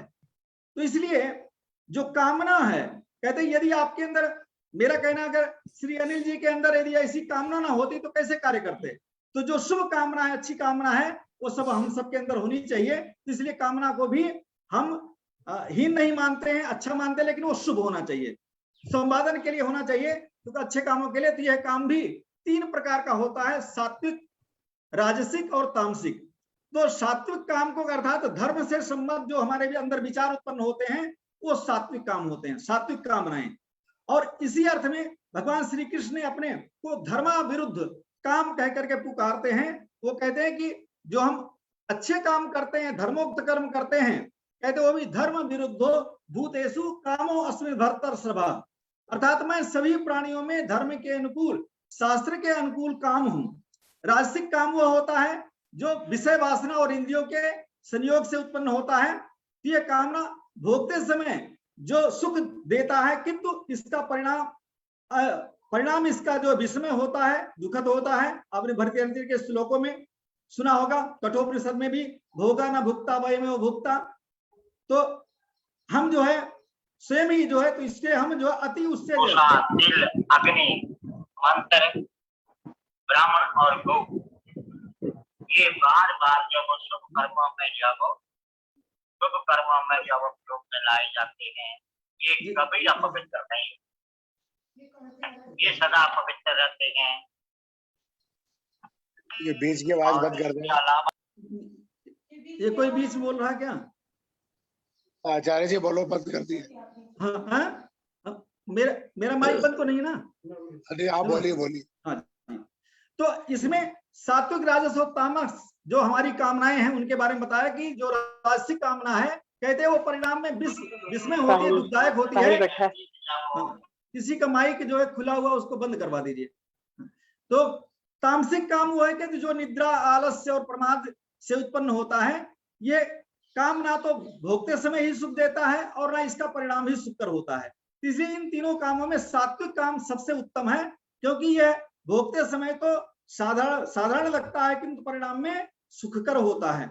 और काम के आधार पर ही ये संसार टिका हुआ। अगर लोग काम नहीं करेंगे, कार्य नहीं करेंगे, तो ये संसार कैसे चलेगा। तो इसलिए अपनी कामनाओं के अनुसार व्यक्ति सुबह से लेकर शाम तक कार्य में लगा रहता है। तो जो भौतिक विकास है ये हमारी कामनाओं पर ही टिका हुआ है। हमारे औद्योगिक जगत वाले या आध्यात्मिक वाले या गुरुकुल वाले सभी लोग जो है कामना से युक्त हैं, लोगों की उन्नति चाहते हैं, तभी तो निरंतर हम लोग कार्य करते रहते हैं। तो संसार का विकास काम पर ही आधारित है, इसलिए काम की भी हम उपेक्षा नहीं कर सकते। तो काम का मनुष्य के प्रति प्रेम और आकर्षण भी काम के ही कारण होता है। तो इस प्रकार से इसको मेरा समय शायद होने वाला है, 5 मिनट में मैं बसंती उसको पूर्ण करता हूं। मेरे पास सामग्री तो बहुत सारी है, लेकिन आपकी मर्यादा में रहते हुए मैं उसको चाहता हूं कि आपके बसंती मोक्ष के बारे में थोड़ा सा बता करके इस कार्यक्रम को मैं 5 मिनट में ठीक है 5 मिनट पूर्ण करूं? ठीक है जी, 5 मिनट में कर दो। तो मोक्ष को जो है अंतिम जो हमारा लक्ष्य है, मोक्ष कहते हैं, मोक्ष को अंतिम पुरुषार्थों में जो सबसे उत्कर्ष जो हमारी जो सीढ़ी चढ़ने की है उत्तम मानी गई है, और यहीं पर हमें पहुंचना है अपनी मंजिल पर। तो मोक्ष को पुरुषार्थों में सबसे बाद में रखा गया है। इसका अर्थ यह नहीं है कि मोक्ष का स्थान पुरुषार्थों में सबसे छोटा है। इसका कारण यह है कि यह हमारा जो लक्ष्य जो अंतिम है, कहते हैं सबसे महत्वपूर्ण है, और यहाँ पर जाने के लिए हम सभी को प्रयत्नशील होना है। तो हमारा जो लक्ष्य, उद्देश्य है अथवा गंतव्य है, मानव जीवन को इस पर पहुंचना है। इस पर पहुंचने के लिए जिन 3 सीढ़ियों से होकर के हमें गुजरना पड़ेगा वे हैं धर्म, अर्थ और काम। इन तीनों जो साधन है, कहते हैं यदि ये उत्तम है तो निश्चित रूप से मोक्ष हमारा जो साध्य है इन साधनों से जरूर प्राप्त होगा। लेकिन यदि ये तीनों साधन धर्म अर्थ और काम अगर ये सही नहीं होंगे तो मोक्ष की प्राप्ति संभव नहीं होगी। जो हमारी अंतिम मंजिल है वो तभी जो है प्राप्त होगी जब ये साधन हमारे अच्छे होंगे। तो साधन का महत्व तभी तक रहता है जब तक लक्ष्य की प्राप्ति नहीं हो जाती। जो जिस प्रकार जब मनुष्य कहते नदी या समुद्र में जाकर के मिल जाती हैं, कहते तब उस समय समुद्र से अलग उसका कोई अस्तित्व नहीं होता है। ऐसे मानव जीवन में जो व्यक्ति आध्यात्मिक रास्ते पर चल करके कहते उस अंत तक पहुंच जाता है, तो उसी प्रकार जब धर्म अर्थ काम के द्वारा मोक्ष सिद्ध हो जाता है तब उनका अन्य साधनों का कोई महत्व नहीं रह जाता। इस प्रकार से उद्देश्य, लक्ष्य और साध्य कहते ये सब मोक्ष गंतव्य के अर्थ में ही मोक्ष को सबसे अंत में रखा गया है। तो मोक्ष शब्द का अर्थ है, मोक्ष शब्द का अर्थ बतलाया कि यह मुच धातु से निष्पन्न होता है। इसका अर्थ विभिन्न विद्वानों ने अपने अपने प्रकार से किया है। जैसे मोक्ष शब्द का शाब्दिक अर्थ है छुटकारा प्राप्त करना। तो छुटकारा किससे? कहते सांसारिक दुखों से छुटकारा प्राप्त करना। न्याय दर्शन कहता है कि तदंत विमोक्षो अपवर्गः, कहते जो आत्यंतिक दुख हैं, महर्षि कपिल भी कहते हैं, तो कहते हैं तीनों प्रकार के जो दुख हैं उनसे छुटकारा प्राप्त करना और संसार में जो दुख है उनसे छुटकारा प्राप्त करना न्याय दर्शन कहता है। तो इस प्रकार से कहते किससे छुटकारा, तो कुछ विद्वान अपने अपने प्रकार से उत्तर देते हैं तीनों प्रकार के जो दुख हैं ये महर्षि कपिल का सिद्धांत है। और कुछ का कहना है कि मोक्ष का अर्थ इस संसार के चक्कर से छूट जाना है, अखंड आनंद को प्राप्त कर लेना है। और कुछ का कहना है कि अज्ञान से छुटकारा पाना है, जिसमें ऋते ज्ञानात मुक्ति, अर्थात ज्ञान के द्वारा, संसार के यथार्थ ज्ञान के द्वारा हम परमात्मा को प्राप्त करते हैं, जिसका सूत्र ऋते ज्ञानात मुक्ति। शाश्वत जीवात्मा परमात्मा, जिसको मैंने त्रैत जो तत्व के बारे में जब मैंने वो किया था तो मैंने इस बात को वहां पर भी कहा था कि हम जीवात्मा, प्रकृति और परमात्मा का जब यथार्थ स्वरूप ज्ञान प्राप्त कर लेंगे तो अज्ञान से छूट करके हम परमात्मा के आनंद को प्राप्त कर लेंगे, मोक्ष को प्राप्त कर लेंगे। तो मोक्ष शब्द के इन सभी अर्थों में एक बात सामान्य रूप से स्वीकार की गई है कि मोक्ष एक ऐसी दशा का नाम है, ऐसी अवस्था का नाम है जहां पर दुख नहीं और आनंद ही आनंद है।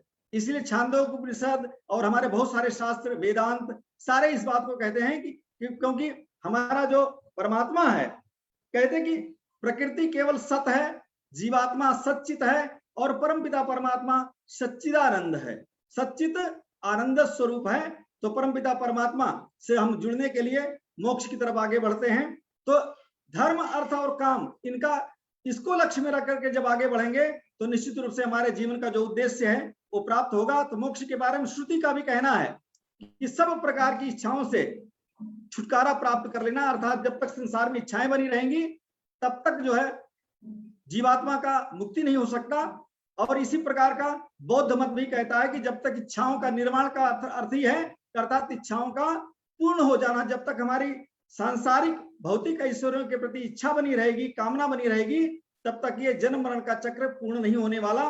तो इसको पूर्ण करने के लिए ही जब हम शाश्वत रूप से समझ जाएंगे सांसारिक चीजें यहीं पर रह जानी है और साथ नहीं देने वाली हैं, तो इनको एक साधन के रूप में उपयोग करके हम अपने जीवन को जो साध्य परमपिता परमात्मा मोक्ष है उसकी तरफ आगे बढ़ने के लिए हम निरंतर प्रयत्नशील रहें। तो इस प्रकार से मोक्ष न आकाश में है, न पाताल में, न पृथ्वी पर। कहते न मोक्षो न वसा पृष्ठे न पाताले न भूतले सर्वांश संक्षय चेतः क्षयो मोक्ष इति श्रुति। इस प्रकार से मोक्ष का अर्थ है संसार के झूठे चक्र जो भवसागर है, कहते हैं इससे जो सांसारिक माया जाल है उससे छूट करके, उससे छूट जाना। सांसारिक जो अनावश्यक हमारी इच्छाएं होती हैं मोह ममता से युक्त, उनको हम छोड़ करके कर्तव्य भावना से अपने संबंधों को निभाएं और अपने यथार्थ स्वरूप को पहचान लेना। इस प्रकार से ये जो है हमें दर्शन, हमें संदेश देता है। तो मेरे समझ से समय पूर्ण हो गया होगा, इसलिए आप सभी ने मेरे वक्तव्य को पूर्ण रूप से सुना, तो आप सभी के लिए मैं धन्यवाद करता हूं। तो सभी के लिए मंगल कामना। धन्यवाद। बहुत बहुत धन्यवाद आदरणीय डॉक्टर भारत विद्यालयकार जी, गुरुकुल कागड़ी विश्वविद्यालय हरिद्वार। बहुत सारगर्भित, बहुत सुंदर मोक्ष की व्याख्या कि सब चक्रों से छूट जा रही मोक्ष है संसारिक बंधनों से। तो अब मैं इससे पहले कि आचार्य कविंद्र जी अपनी बात रखे, एक भजन हो जाए। श्री महेश आर्य जी फिरोजपुर छावनी पंजाब बॉर्डर से जुड़े हैं। एक पंजाबी का सुंदर गीत, फिर आचार्य गोविंद शास्त्री जी।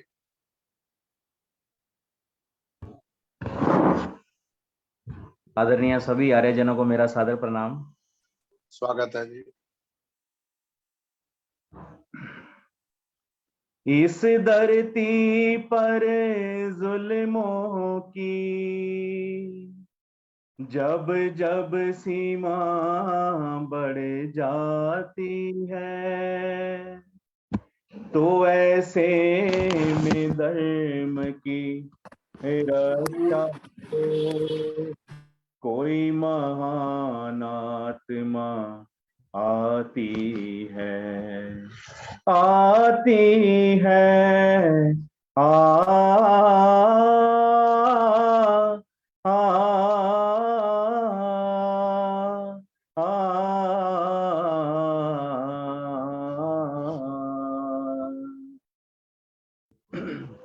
गर्दिश में जब था धर्मों का तारा, गर्दिश में जब था धर्मों का तारा, ऐसे समय में ऋषिवर आए, वैदिक धर्म की डाली पे उसने, वैदिक धर्म की डाली पे उसने वेदों के सुंदर फूल खिलाए, गर्दिश में जब था धर्मों का तारा,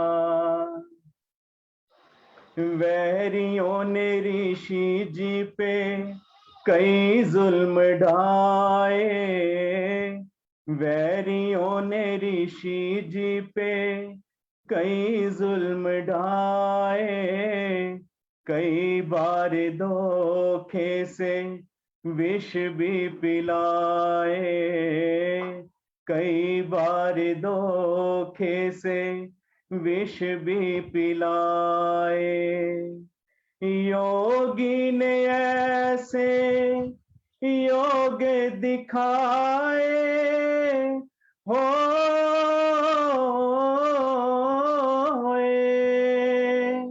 योगी ने ऐसे योग दिखाए, जहरों के प्याले भी शर्माए,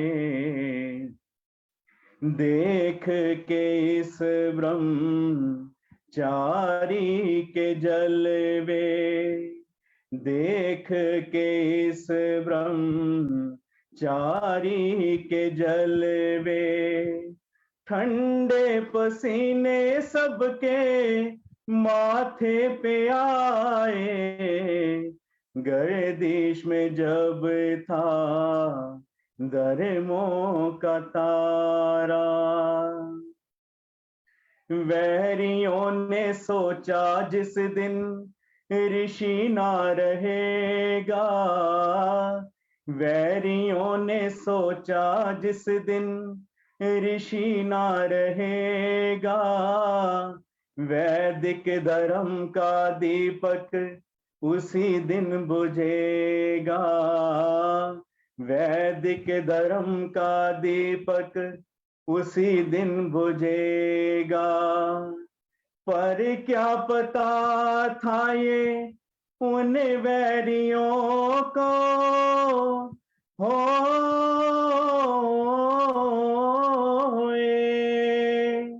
पर क्या पता था ये उन वैरियों को के बुझ कर ये दीपक सूरज बनेगा,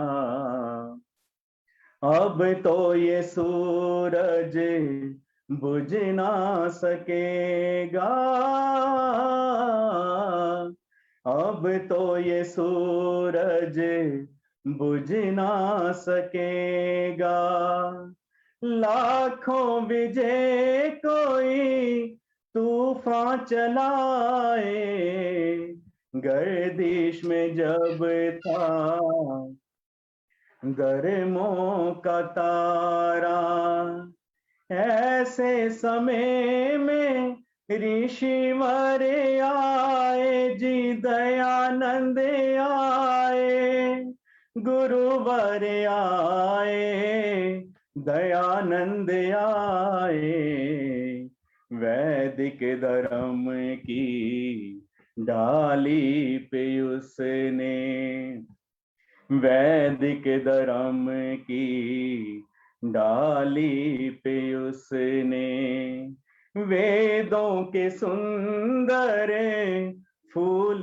खिलाए, गर्दिश में जब था धर्मों का तारा।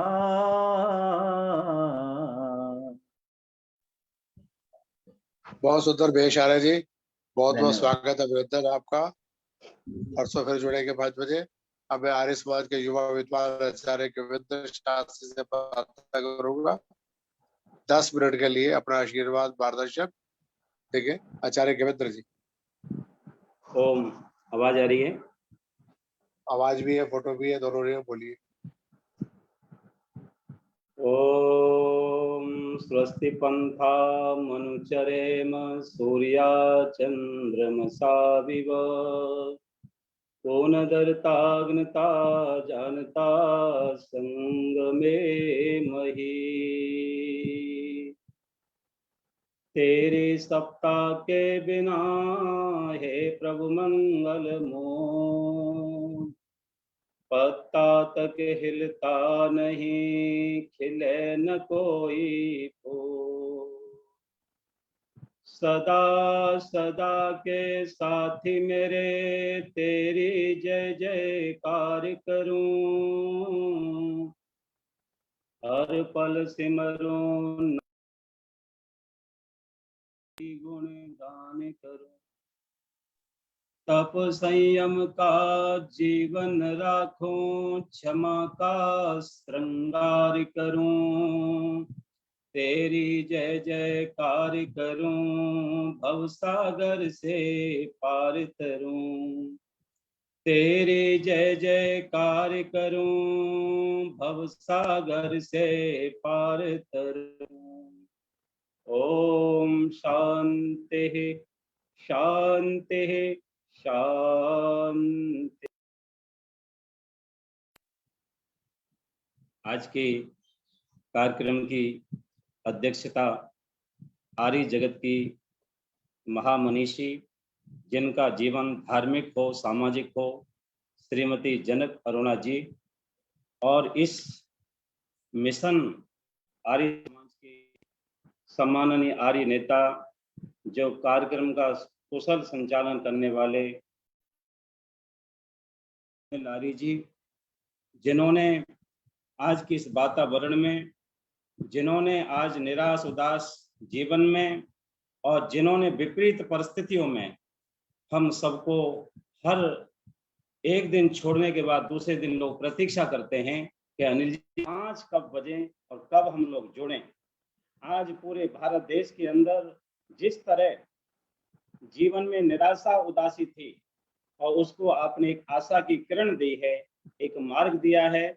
मैं आपको पूरी टीम को बधाई देता हूं कि आपका मंच जो है, यहाँ बहुत सारे भजन उपदेशक और बहुत सारे गुरुकुलों के जो नए उपदेशक बनते हैं उनको आप अवसर देते हैं।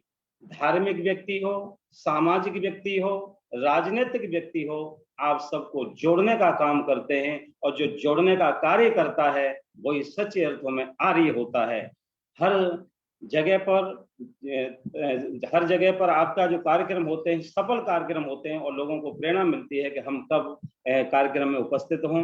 और आज के वैदिक विद्वान जिनका सुंदर सार गर्भित प्रवचन का आनंद ले रहे थे, डॉक्टर सम्माननीय भारत वेदालंकार जी, जिनका प्रवचन सुन करके हम लोग सार गर्भित जीवन में आनंद ले रहे थे। जीवन में मानव जीवन में पुरुषार्थ का वैदिक स्वरूप क्या है, इस पर हम लोग अवलोकन कर रहे थे। जिंदगी में मजाक हो तो कोई बात नहीं, जिंदगी में मजाक हो तो कोई बात नहीं, पर जिंदगी से मजाक हो ये अच्छी बात नहीं। हमारे ऋषि मुनियों ने जीवन का उद्देश्य क्या है, जीवन का लक्ष्य क्या है, जीवन का प्रयोजन क्या है, विश्व की धरा में जितने जीव हैं और सबसे श्रेष्ठ परमात्मा ईश्वर के बाद सबसे श्रेष्ठ योनि में अगर किसी को जीवन मिला तो मनुष्य को जीवन प्राप्त हुआ है। वेद हो, उपनिषद हो, दर्शन हो, गीता, सभी शास्त्रों में मानव के जीवन का उद्देश्य भरा हुआ है कि मानव के जीवन का उद्देश्य क्या है। ज्ञान, विचार, संस्कार, संगति के द्वारा व्यक्ति अपनी बुराइयों को दूर करके मनुष्य देवत्व से और व्यक्ति अपने जीवन में देवत्व से और मोक्ष की प्राप्ति भांति जीवन का दर्शन रहा है। हम अपनी बुराइयों को दूर करते हुए देवत्व से मनुष्य अपने मोक्ष की प्राप्ति कैसे कर सकता है। धर्म पूर्वक जीवन जीते हुए, धर्म पूर्वक जीवन जीते हुए, धर्मानुसार धन प्राप्त करते हुए श्रेष्ठ कामनाओं की पूर्ति और मोक्षगामी होना भारत का विश्व को एक अमर संदेश है। इसके हमारे यहाँ ऋषि मुनियों ने पूरे विश्व को एक संदेश दिया कि किस प्रकार से आपको जीवन में जीना है। जीवन के अंदर शरीर कहा कि शरीर निरोगी, चरित्र पवित्र हो, शरीर निरोगी, जीवन पवित्र हो, कर्म पवित्र हो, इंद्रियों में संयम हो, मन निर्मल हो, धर्म में रुचि हो, ईश्वर पर विश्वास हो, तो जीवन का उद्देश्य प्राप्त करना सुगम हो जाता है, सरल हो जाता है। अधिकांश लोगों को अपने वास्तविक जीवन के विषय का उद्देश्य कोई पता ही नहीं कि मेरा वास्तविक जीवन क्या है। कुछ लोगों ने कहा खाओ पियो मौज करो। आज विदेशी कल्चर कहता है खाओ पियो मौज करो, रहो होटल में, मरो हॉस्पिटल में। हमारी परंपरा, वेद की परंपरा कहती है खाओ पियो मौज करो, जियो तो शान से जियो। जिंदगी कितनी मिली इसका कोई महत्व नहीं है। जिंदगी की उपलब्धि बताओ कि हमारे जीवन की उपलब्धि क्या है। जिसके जीवन की कोई उपलब्धि न हो उसका जीवन बेकार है। इसलिए भोगवादी, शरीरवादी विचारधारा में धार्मिकता, उद्देश्य पूर्ण जीवन में कमी आ रही है। आज वर्तमान में अगर कोई मार्गदर्शन दे सकता है तो ये भारत की भूमि दे सकती है, भारत के ऋषि मुनि दे सकते हैं। आज अच्छे संस्कार, अच्छे विचार, संगति, सदग्रंथों की बहुत बड़ी आवश्यकता है। मानव जीवन संसार में बहुत बहुमूल्य पदार्थ है। ईश्वर की ओर से इतना बढ़िया पदार्थ दिया, उनमें से मानव जीवन सबसे उत्कृष्ट जीवन है। मनुष्य की तुलना में दुनिया में की सभी संपदाएं तुच्छ हैं। ये मानव जीवन आत्मा के रहने का सुंदर निवास दिया। मानव जीवन जीने का सौभाग्य जो परमात्मा ने हमें दिया है, इससे अनमोल खजाना हमारे पास नहीं होगा। दुनिया की सारी संपत्ति एक तराजू में रख दीजिए और मानव योनि को एक तराजू में रख दीजिए, तो मानव योनि में जो कहा कि मानव जीवन में तराजू सबसे पल्ला भारी होगा। उपनिषदों में हमारे ऋषियों ने कहा शरीर को ऋषि भूमि कहा गया। इसमें 7 ऋषि निवास करते हैं, 5 ज्ञान इंद्रियां, मन और बुद्धि। इसलिए इसे देवपुरी भी कहा गया, इसे ब्रह्मपुरी भी कहा गया। ये देवपुरी भी है, ब्रह्मपुरी भी है। हमें इस जन्म को प्राप्त करने के पश्चात देवत्व की ओर बढ़ना है, पदन की ओर नहीं जाना। वेद में कहा उदाहनम ते पुरुषा नाभयानम, हे ओ मानव तू ऊपर उठना है, तुझे नीचे नहीं गिरना। इसलिए परमात्मा ने संसार की प्रत्येक वस्तु उद्देश्य पूर्ण बनाई है। संसार में ऐसी कोई वस्तु नहीं जिसका कोई प्रयोजन न हो, हर वस्तु का कोई ना कोई प्रयोजन है। इसलिए प्रभु की सर्वोत्तम कृति अगर कोई है तो संसार में कहा कि मनुष्य है, और मनुष्य का उद्देश्य होना चाहिए, लक्ष्य होना चाहिए। ये है लोक भी से, इस लोक से परलोक को दोनों को व्यक्ति जो सिद्ध कर लेता है उसका जन्म लेना सार्थक हो जाता है। इसलिए हम जिस समय महर्षि देवदयानंद कहते हैं कि हम जिस समय संध्या करते हैं और संध्या में परमात्मा से क्या प्रार्थना करते हैं? हे ईश्वर दयानंदे, परमात्मा हम ईश्वर से, प्रभु से संध्या में क्या भक्त प्रार्थना करता है? जब लास्ट में हम पहुंचते हैं, जो संध्या है वो हमारे जीवन का बीमा है। जिसने कहा कि इंद्रियों की कामना की गई, बुद्धि की कामना की गई, फिर लास्ट में परमात्मा से क्या प्रार्थना करता है? हे ईश्वर, धर्म अर्थ काम और मोक्ष की हमें शीघ्र प्राप्ति हो जाए, मेरा जीवन सफल हो जाए। जिंदगी में जागने की, उठने की कोई उम्र नहीं होती। निराश उदास मत होना। जिसके जीवन में गति है उसके जीवन में प्रगति है। कोई मशीन अगर वो खड़ी रहेगी तो उसमें जंग लग जाएगी। कुछ लोग मरने की दुआ करते हैं, हमने जीने की कसम खाई है, हिम्मत न हारिए, प्रभु न विसारिए। कहा कि हमारे शरीर में जंग लग जाती है। कब? कि जब हम पुरुषार्थ नहीं करते, मेहनत नहीं करते। जागने की, उठने की, कोई सीखने की उम्र नहीं होती। जापान के अंदर एक महिला 90 वर्ष की अवस्था में विश्वविद्यालय में पीएचडी करने जा रही थी। भारत देश का कोई नौजवान था, उसने कहा माताजी कहाँ आप जा रहे हो? तो उन्होंने कहा आपको नहीं पता बेटा, मैं विश्वविद्यालय में पीएचडी कर रही हूँ, शोध प्रस्तुत करूंगी। तो उस भारत देश के नौजवान ने कहा माता श्री कितनी आयु है? बोले 90 वर्ष हो गई। तो बोले आपका तो अब दूसरी जगह कहीं ठिकाना होना चाहिए। उस जापान की महिला ने कहा कि कहीं भारत देश से तो नहीं आए? तो उसने कहा कैसे पकड़ा? तो बोले भारत के लोग निराशा की बात करते हैं। अरे मैं जापान में 90 वर्ष की अवस्था में उस महिला ने शोध प्रस्तुत किया, कमाल कर दिया। इसलिए हमारे जहाँ का चरई वैती, न निराश होना, न परेशान होना। ये सत्संग, ये भजन, ये प्रवचन आपको जीने की कला सिखाते हैं। इसलिए हमें परमात्मा, हमें मोक्ष की शीघ्र प्राप्ति हो। वैदिक चिंतन में धर्म अर्थ काम और मोक्ष को कहा कि इन्हीं चारों के द्वारा जीवन में पूर्णता की प्राप्ति होती है। सुख भोग भौतिकता संसारिक शरीर मन बुद्धि आत्मा परमात्मा सभी कुछ इसमें आ जाता है। इसलिए हम अपने जीवन को याद करें। हमारे जीवन के जो आधार हैं ये 4 स्तंभ हैं, और ये 4 स्तंभ हैं, यही हमें जीवन में आगे बढ़ाने का काम करते हैं। इसलिए फूल चुनने आए थे बागे हयात में, फूल चुनने आए थे बागे हयात में, दामन को खार उलझा के हम रह गए। छोटी छोटी चीजों पर अपने मार्ग से भटक न जाएं। ये जीव मानव तन पाकर जगत में, जीव मानव तन पाकर कर्म तथा पुण्य प्राप्ति के लिए आता है, और उल्टे पाप अधर्म अपराध करते जाते समय पाप की गठरी जब इसने अपने बोझ पर रख ली है तो पछताता है। इसलिए जन्म मरण के चक्र में घूमने लगता है। अधिकांश लोगों को तो पता ही नहीं कि अमूल्य जीवन परमात्मा ने दिया है, किस लिए दिया है। मैं कौन हूँ, मैं कहाँ से आया हूँ, मैं किस लिए आया हूँ, मेरा कर्म क्या है, मुझे जाना कहाँ है, मेरे जीवन का ब्राह्म कहाँ है, मेरे जीवन का ब्राह्म कहाँ है, मेरे जीवन का विश्राम कहाँ है। अगर ये हम सब उद्देश्य भूल गए तो हमारे आने का लाभ नहीं होगा। जो करना है वो कर गुजरो, जो करना है वो कर गुजरो, ये दिल की राह है। जो करना है वो कर गुजरो, ये दिल की राह है। वरना सोचने वाले हमेशा ही सोचते रह जाते हैं, वरना सोचने वाले हमेशा सोचते ही रह जाते हैं। बीती जो जा चुकी उसकी फिक्र तू मत कर, बीती जो ताकि उसकी तू फिक्र मत कर, बाकी जो बची है उसको तू संभाल के रख। और जीवन परीक्षा में परमात्मा की में जब हम पास हो जाएंगे तो मैं समझता हूँ केंद्रीय आर्य परिषद का ये कार्यक्रम सफल हो जाएगा।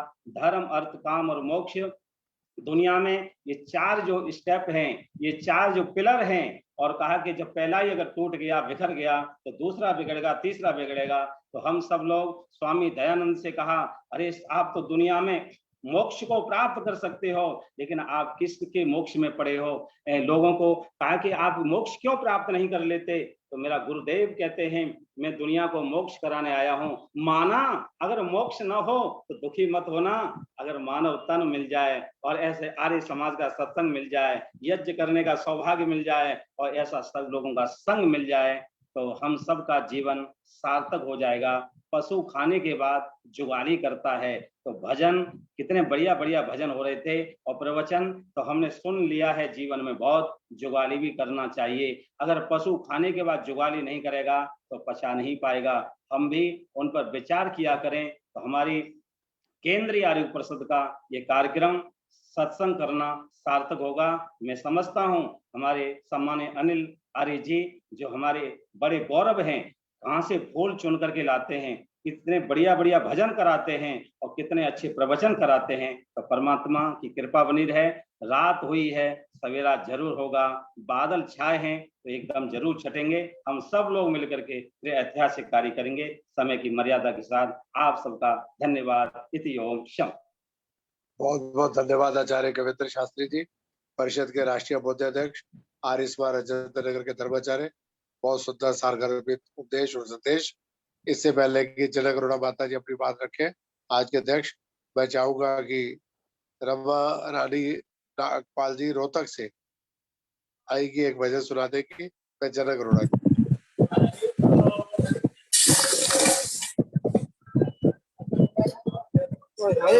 ये लट्टू सीधा करो।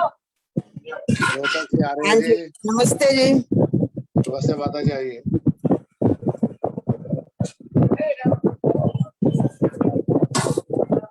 आवाज आई।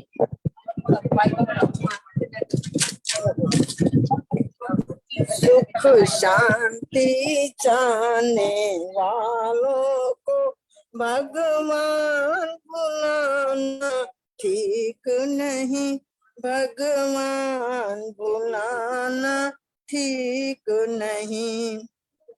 सतपथ के पुजारी प्रेमी को उल्टे पथ जाना ठीक नहीं, उल्टे पथ जाना ठीक नहीं। दो पाँव मिले, दो हाथ मिले, ये सुंदर स्वच्छ शरीर मिला। दो पाँव मिले, दो हाथ मिले, ये सुंदर स्वच्छ शरीर मिला। बंदे सतबुद्धि को पा करके इसे दाग लगाना ठीक नहीं, इसे दाग लगाना ठीक नहीं। सुख शांति चाहने वालों को भगवान बुलाना ठीक।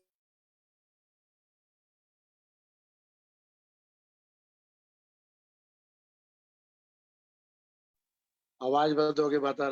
कर्मों के फल से ये मानव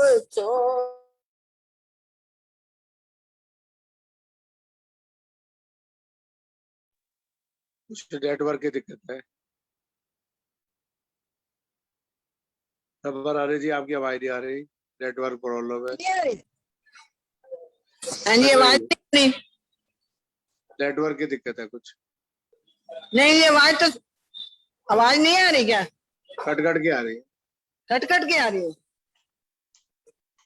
अब ठीक है, बोलिए माता जी। बोलो जी। चले शुभ कर्मों के फल से ये मानव चोला पाया है। विषयों में फंस कर ओ बंदे इसे व्यर्थ गवाना ठीक नहीं, इसे व्यर्थ गवाना ठीक नहीं। सुख शांति चाहने वालों को भगवान बुलाना ठीक नहीं, भगवान बुलाना ठीक नहीं। यह तेरी इच्छा पर निर्भर, शुभ काम करे या पाप करे। यह तेरी इच्छा पर निर्भर, शुभ काम करे या पाप करे। पर फल पाने में बंधा हुआ यह न्याय भुलाना ठीक नहीं, यह न्याय भुलाना ठीक नहीं। सत पथ के पुजारी प्रेमी को उल्टे पथ जाना ठीक नहीं, उल्टे पथ जाना ठीक नहीं। बोकर बबूल के बीजों को, बोकर बबूल के बीजों को आमों को कैसे पा सकता। जो बोया है सो पाया है, फिर दोष लगाना ठीक नहीं, फिर दोष लगाना ठीक नहीं। सुख शांति चाहने वालों को भगवान भुलाना ठीक नहीं, भगवान भुलाना ठीक नहीं। बहुत धन्यवाद।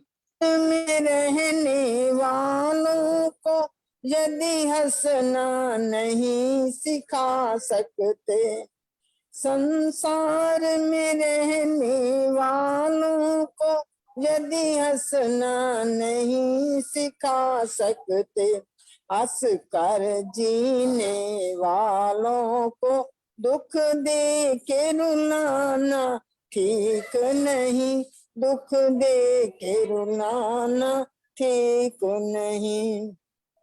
सुख शांति चाहने वालों को भगवान भुलाना ठीक नहीं, भगवान भुलाना ठीक नहीं। सत पथ के पुजारी प्रेमी को उल्टे पथ जाना ठीक नहीं, उल्टे पथ जाना ठीक नहीं। धन्यवाद जी। बहुत बहुत धन्यवाद माता रामारानी नागपाल जी रोहतक से। अब आज के कार्यक्रम के अध्यक्ष पानीपत से माता जनक अरोड़ा जी आएगी, अपना उद्बोधन आशीर्वाद भजन माता जनक अरोड़ा जी। परसों 5 को फिर 5 बजे मिलेंगे, परसों शाम को, लेकिन यही रहेगा।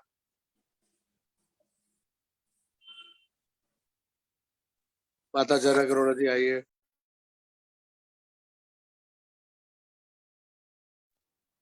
माता जनक अरोड़ा जी।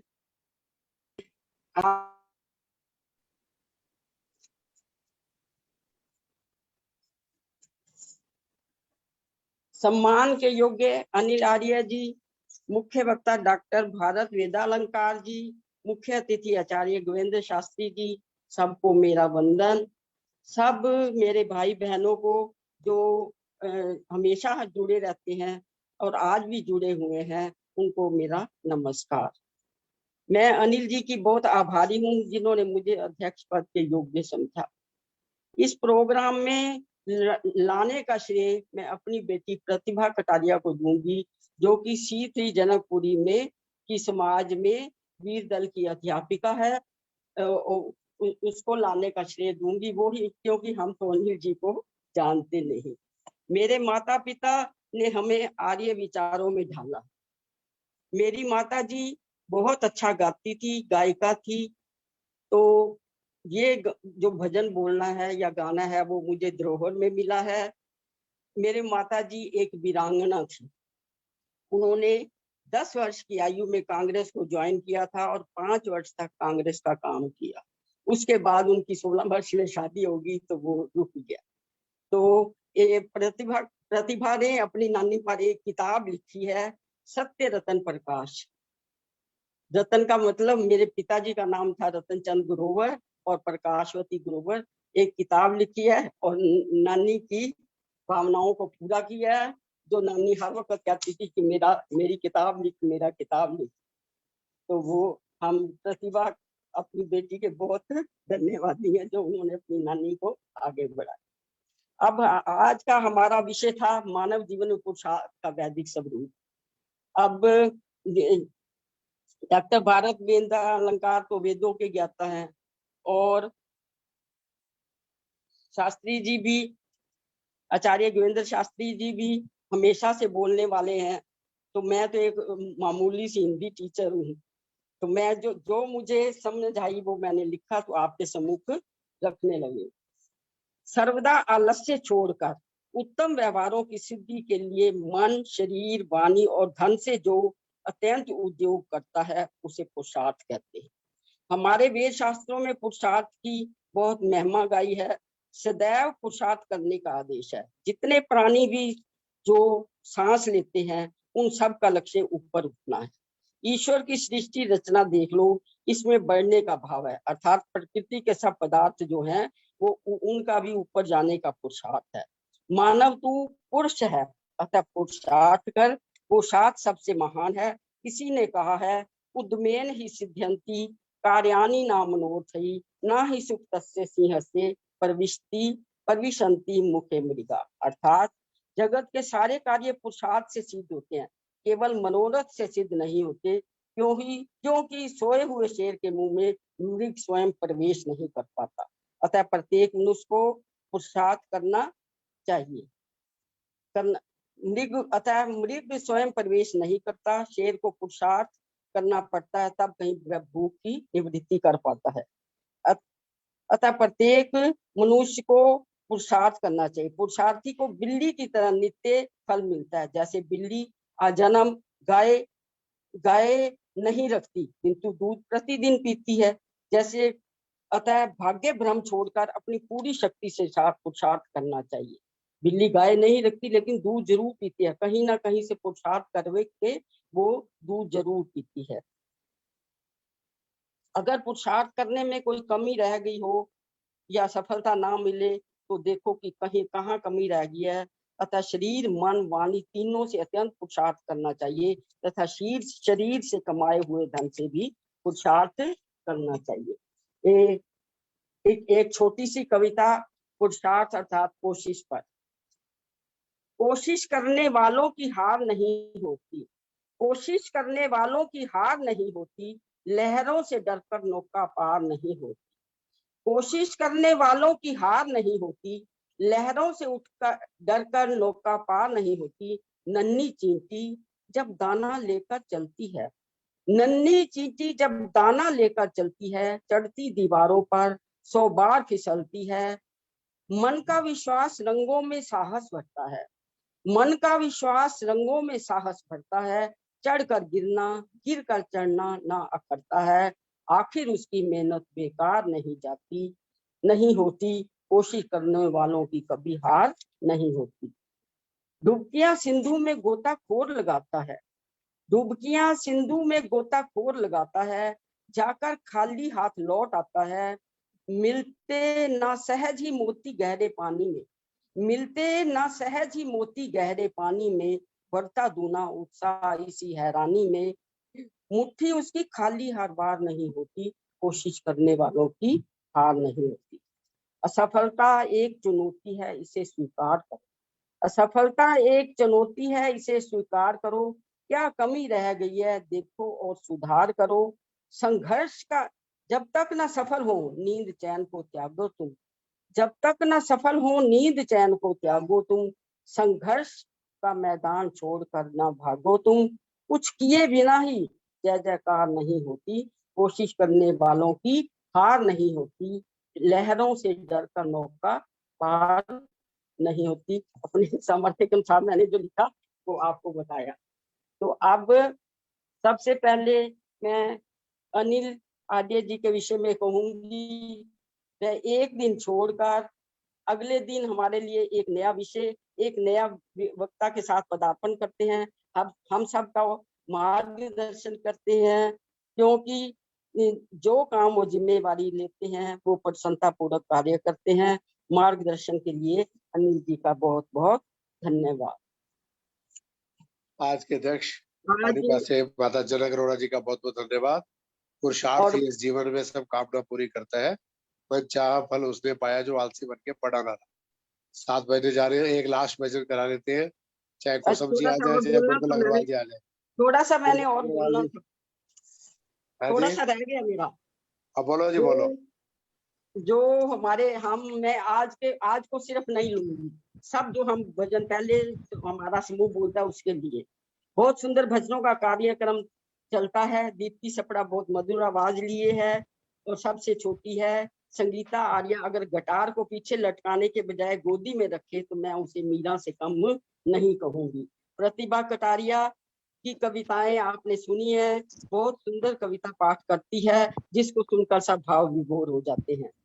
बाकी पुष्पा जी की आवाज बहुत अच्छी है और वो ऋषि को ही अपना सब कुछ मानती है और ऋषि के सुंदर भजन पेश करती है।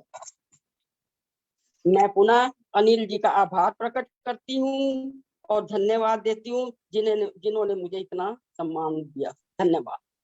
बहुत धन्यवाद श्री एस.डी. अरोड़ा जी, जनक अरोड़ा जी और प्रतिभा कटारिया जी। नमस्कार जी। नमस्कार एस.डी. अरोड़ा जी, धन्यवाद बहुत बहुत। बड़े अच्छे कार्य कर रहे हो। परमात्मा सफलता आपको दे। आशीर्वाद आशीर्वाद आप लोग मेरी तरफ से आशीर्वाद। बहुत बहुत धन्यवाद जी। मैं गा रही हूँ भाई साहब एक भजन। बस मृदुल जी आप लास्ट सुना लो, कुशल जी का परसों कराएंगे। बोलो मृदुल जी, बोलो एक लास्ट। बोल रही हूँ ईश्वर भक्ति का एक सुंदर भजन जिसका शीर्षक है कि ईश्वर द्वारा प्रदत्त ये मानव तन मिला है, उसको हमें कैसे उपयोग करना चाहिए। छोटा सा सुंदर भजन।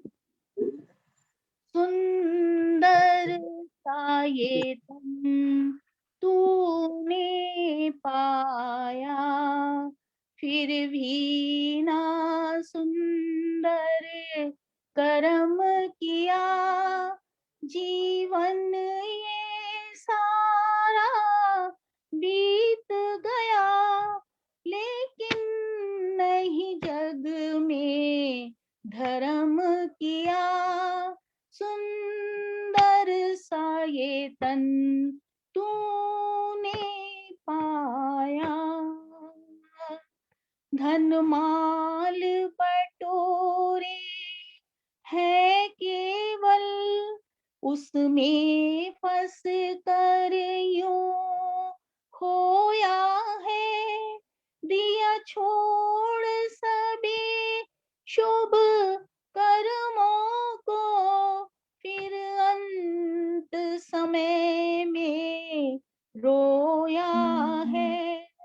नहीं पाया है दुनिया में सुख, क्यों जीवन में दुष्कर्म किया। सुंदर सा ये तन तूने पाया, फिर भी ना सुंदर कर्म किया। जीवन ये सारा बीत गया, लेकिन नहीं जग में धर्म किया। संसार रूप इस नदिया में ना जाने कितने डूब गए। लहरों के थपेड़ों से डर कर कितनों के साहस टूट गए।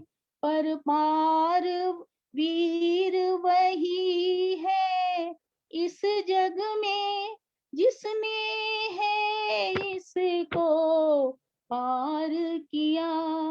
सुंदर सा ये तन तूने पाया। अंतिम पैरा है। भर लो अपनी खाली झोली, सब करके यहाँ शुभ कर्मों को। प्रभु की आज्ञा पालन करके बन जाओ प्यारे प्रभु बर के। ये जन्म निरर्थक है उसका, जिसने प्रभु से ना प्यार किया। ये जन्म निरर्थक है उसका जिसने न प्रभु से प्यार किया। जीवन ये सारा बीत गया, लेकिन नहीं जग में धर्म किया। सुंदर सा ये तन तूने पाया। बहुत बहुत धन्यवाद गुरुदुल अग्रवाल जी। कुशल भंडारी जी का परसों सब शुरू करेंगे। राजकुमार भंडारी जी का भी धन्यवाद। अब मैं प्रवीण आर्य जी से प्रार्थना करूंगा। धन्यवाद। शांति पाठ कराइए, 7 बजने वाले हैं, बहुत अधिक समय हो गया। आइए प्रवीण जी, बाकी सबके परसों हो गए भजन। उपस्थित धर्म प्रेमी सज्जनों, मातृशक्ति, बहुत ही सुंदर आज का ये कार्यक्रम। आज का क्या, रोज का ही, हमें तो रोज बढ़िया एक से एक बढ़कर विद्वान उपस्थित होते हैं और ऐसे सार गर्भित प्रवचनों से लाभान्वित करते हैं कि हम गदगद हो जाते हैं। आपको जब जब भी ऐसे सुंदर कार्यक्रमों का लिंक मिले, आप इसी प्रकार अपना स्नेह बनाए रखें और इस कार्यक्रम से जुड़कर धर्म लाभ उठाएं और अपने स्नेही जनों को भी ये लिंक भेजकर कार्यक्रम की शोभा को और बढ़वाएं। धन्यवाद। और शांति पाठ के साथ ये सत्र यहाँ पर संपन्न होगा। ओम द्यौ शांतिरंतरिक्षध्वं शांति पृथ्वी शांतिरापा शांतिरौषधया शांति वनस्पतया शांतिर्विश्वे देवा शांति ब्रह्म शांति सर्वद्वं शांति शांतिरेवा शांति सामा शांति रेधि। ओम शांति शांति शांति।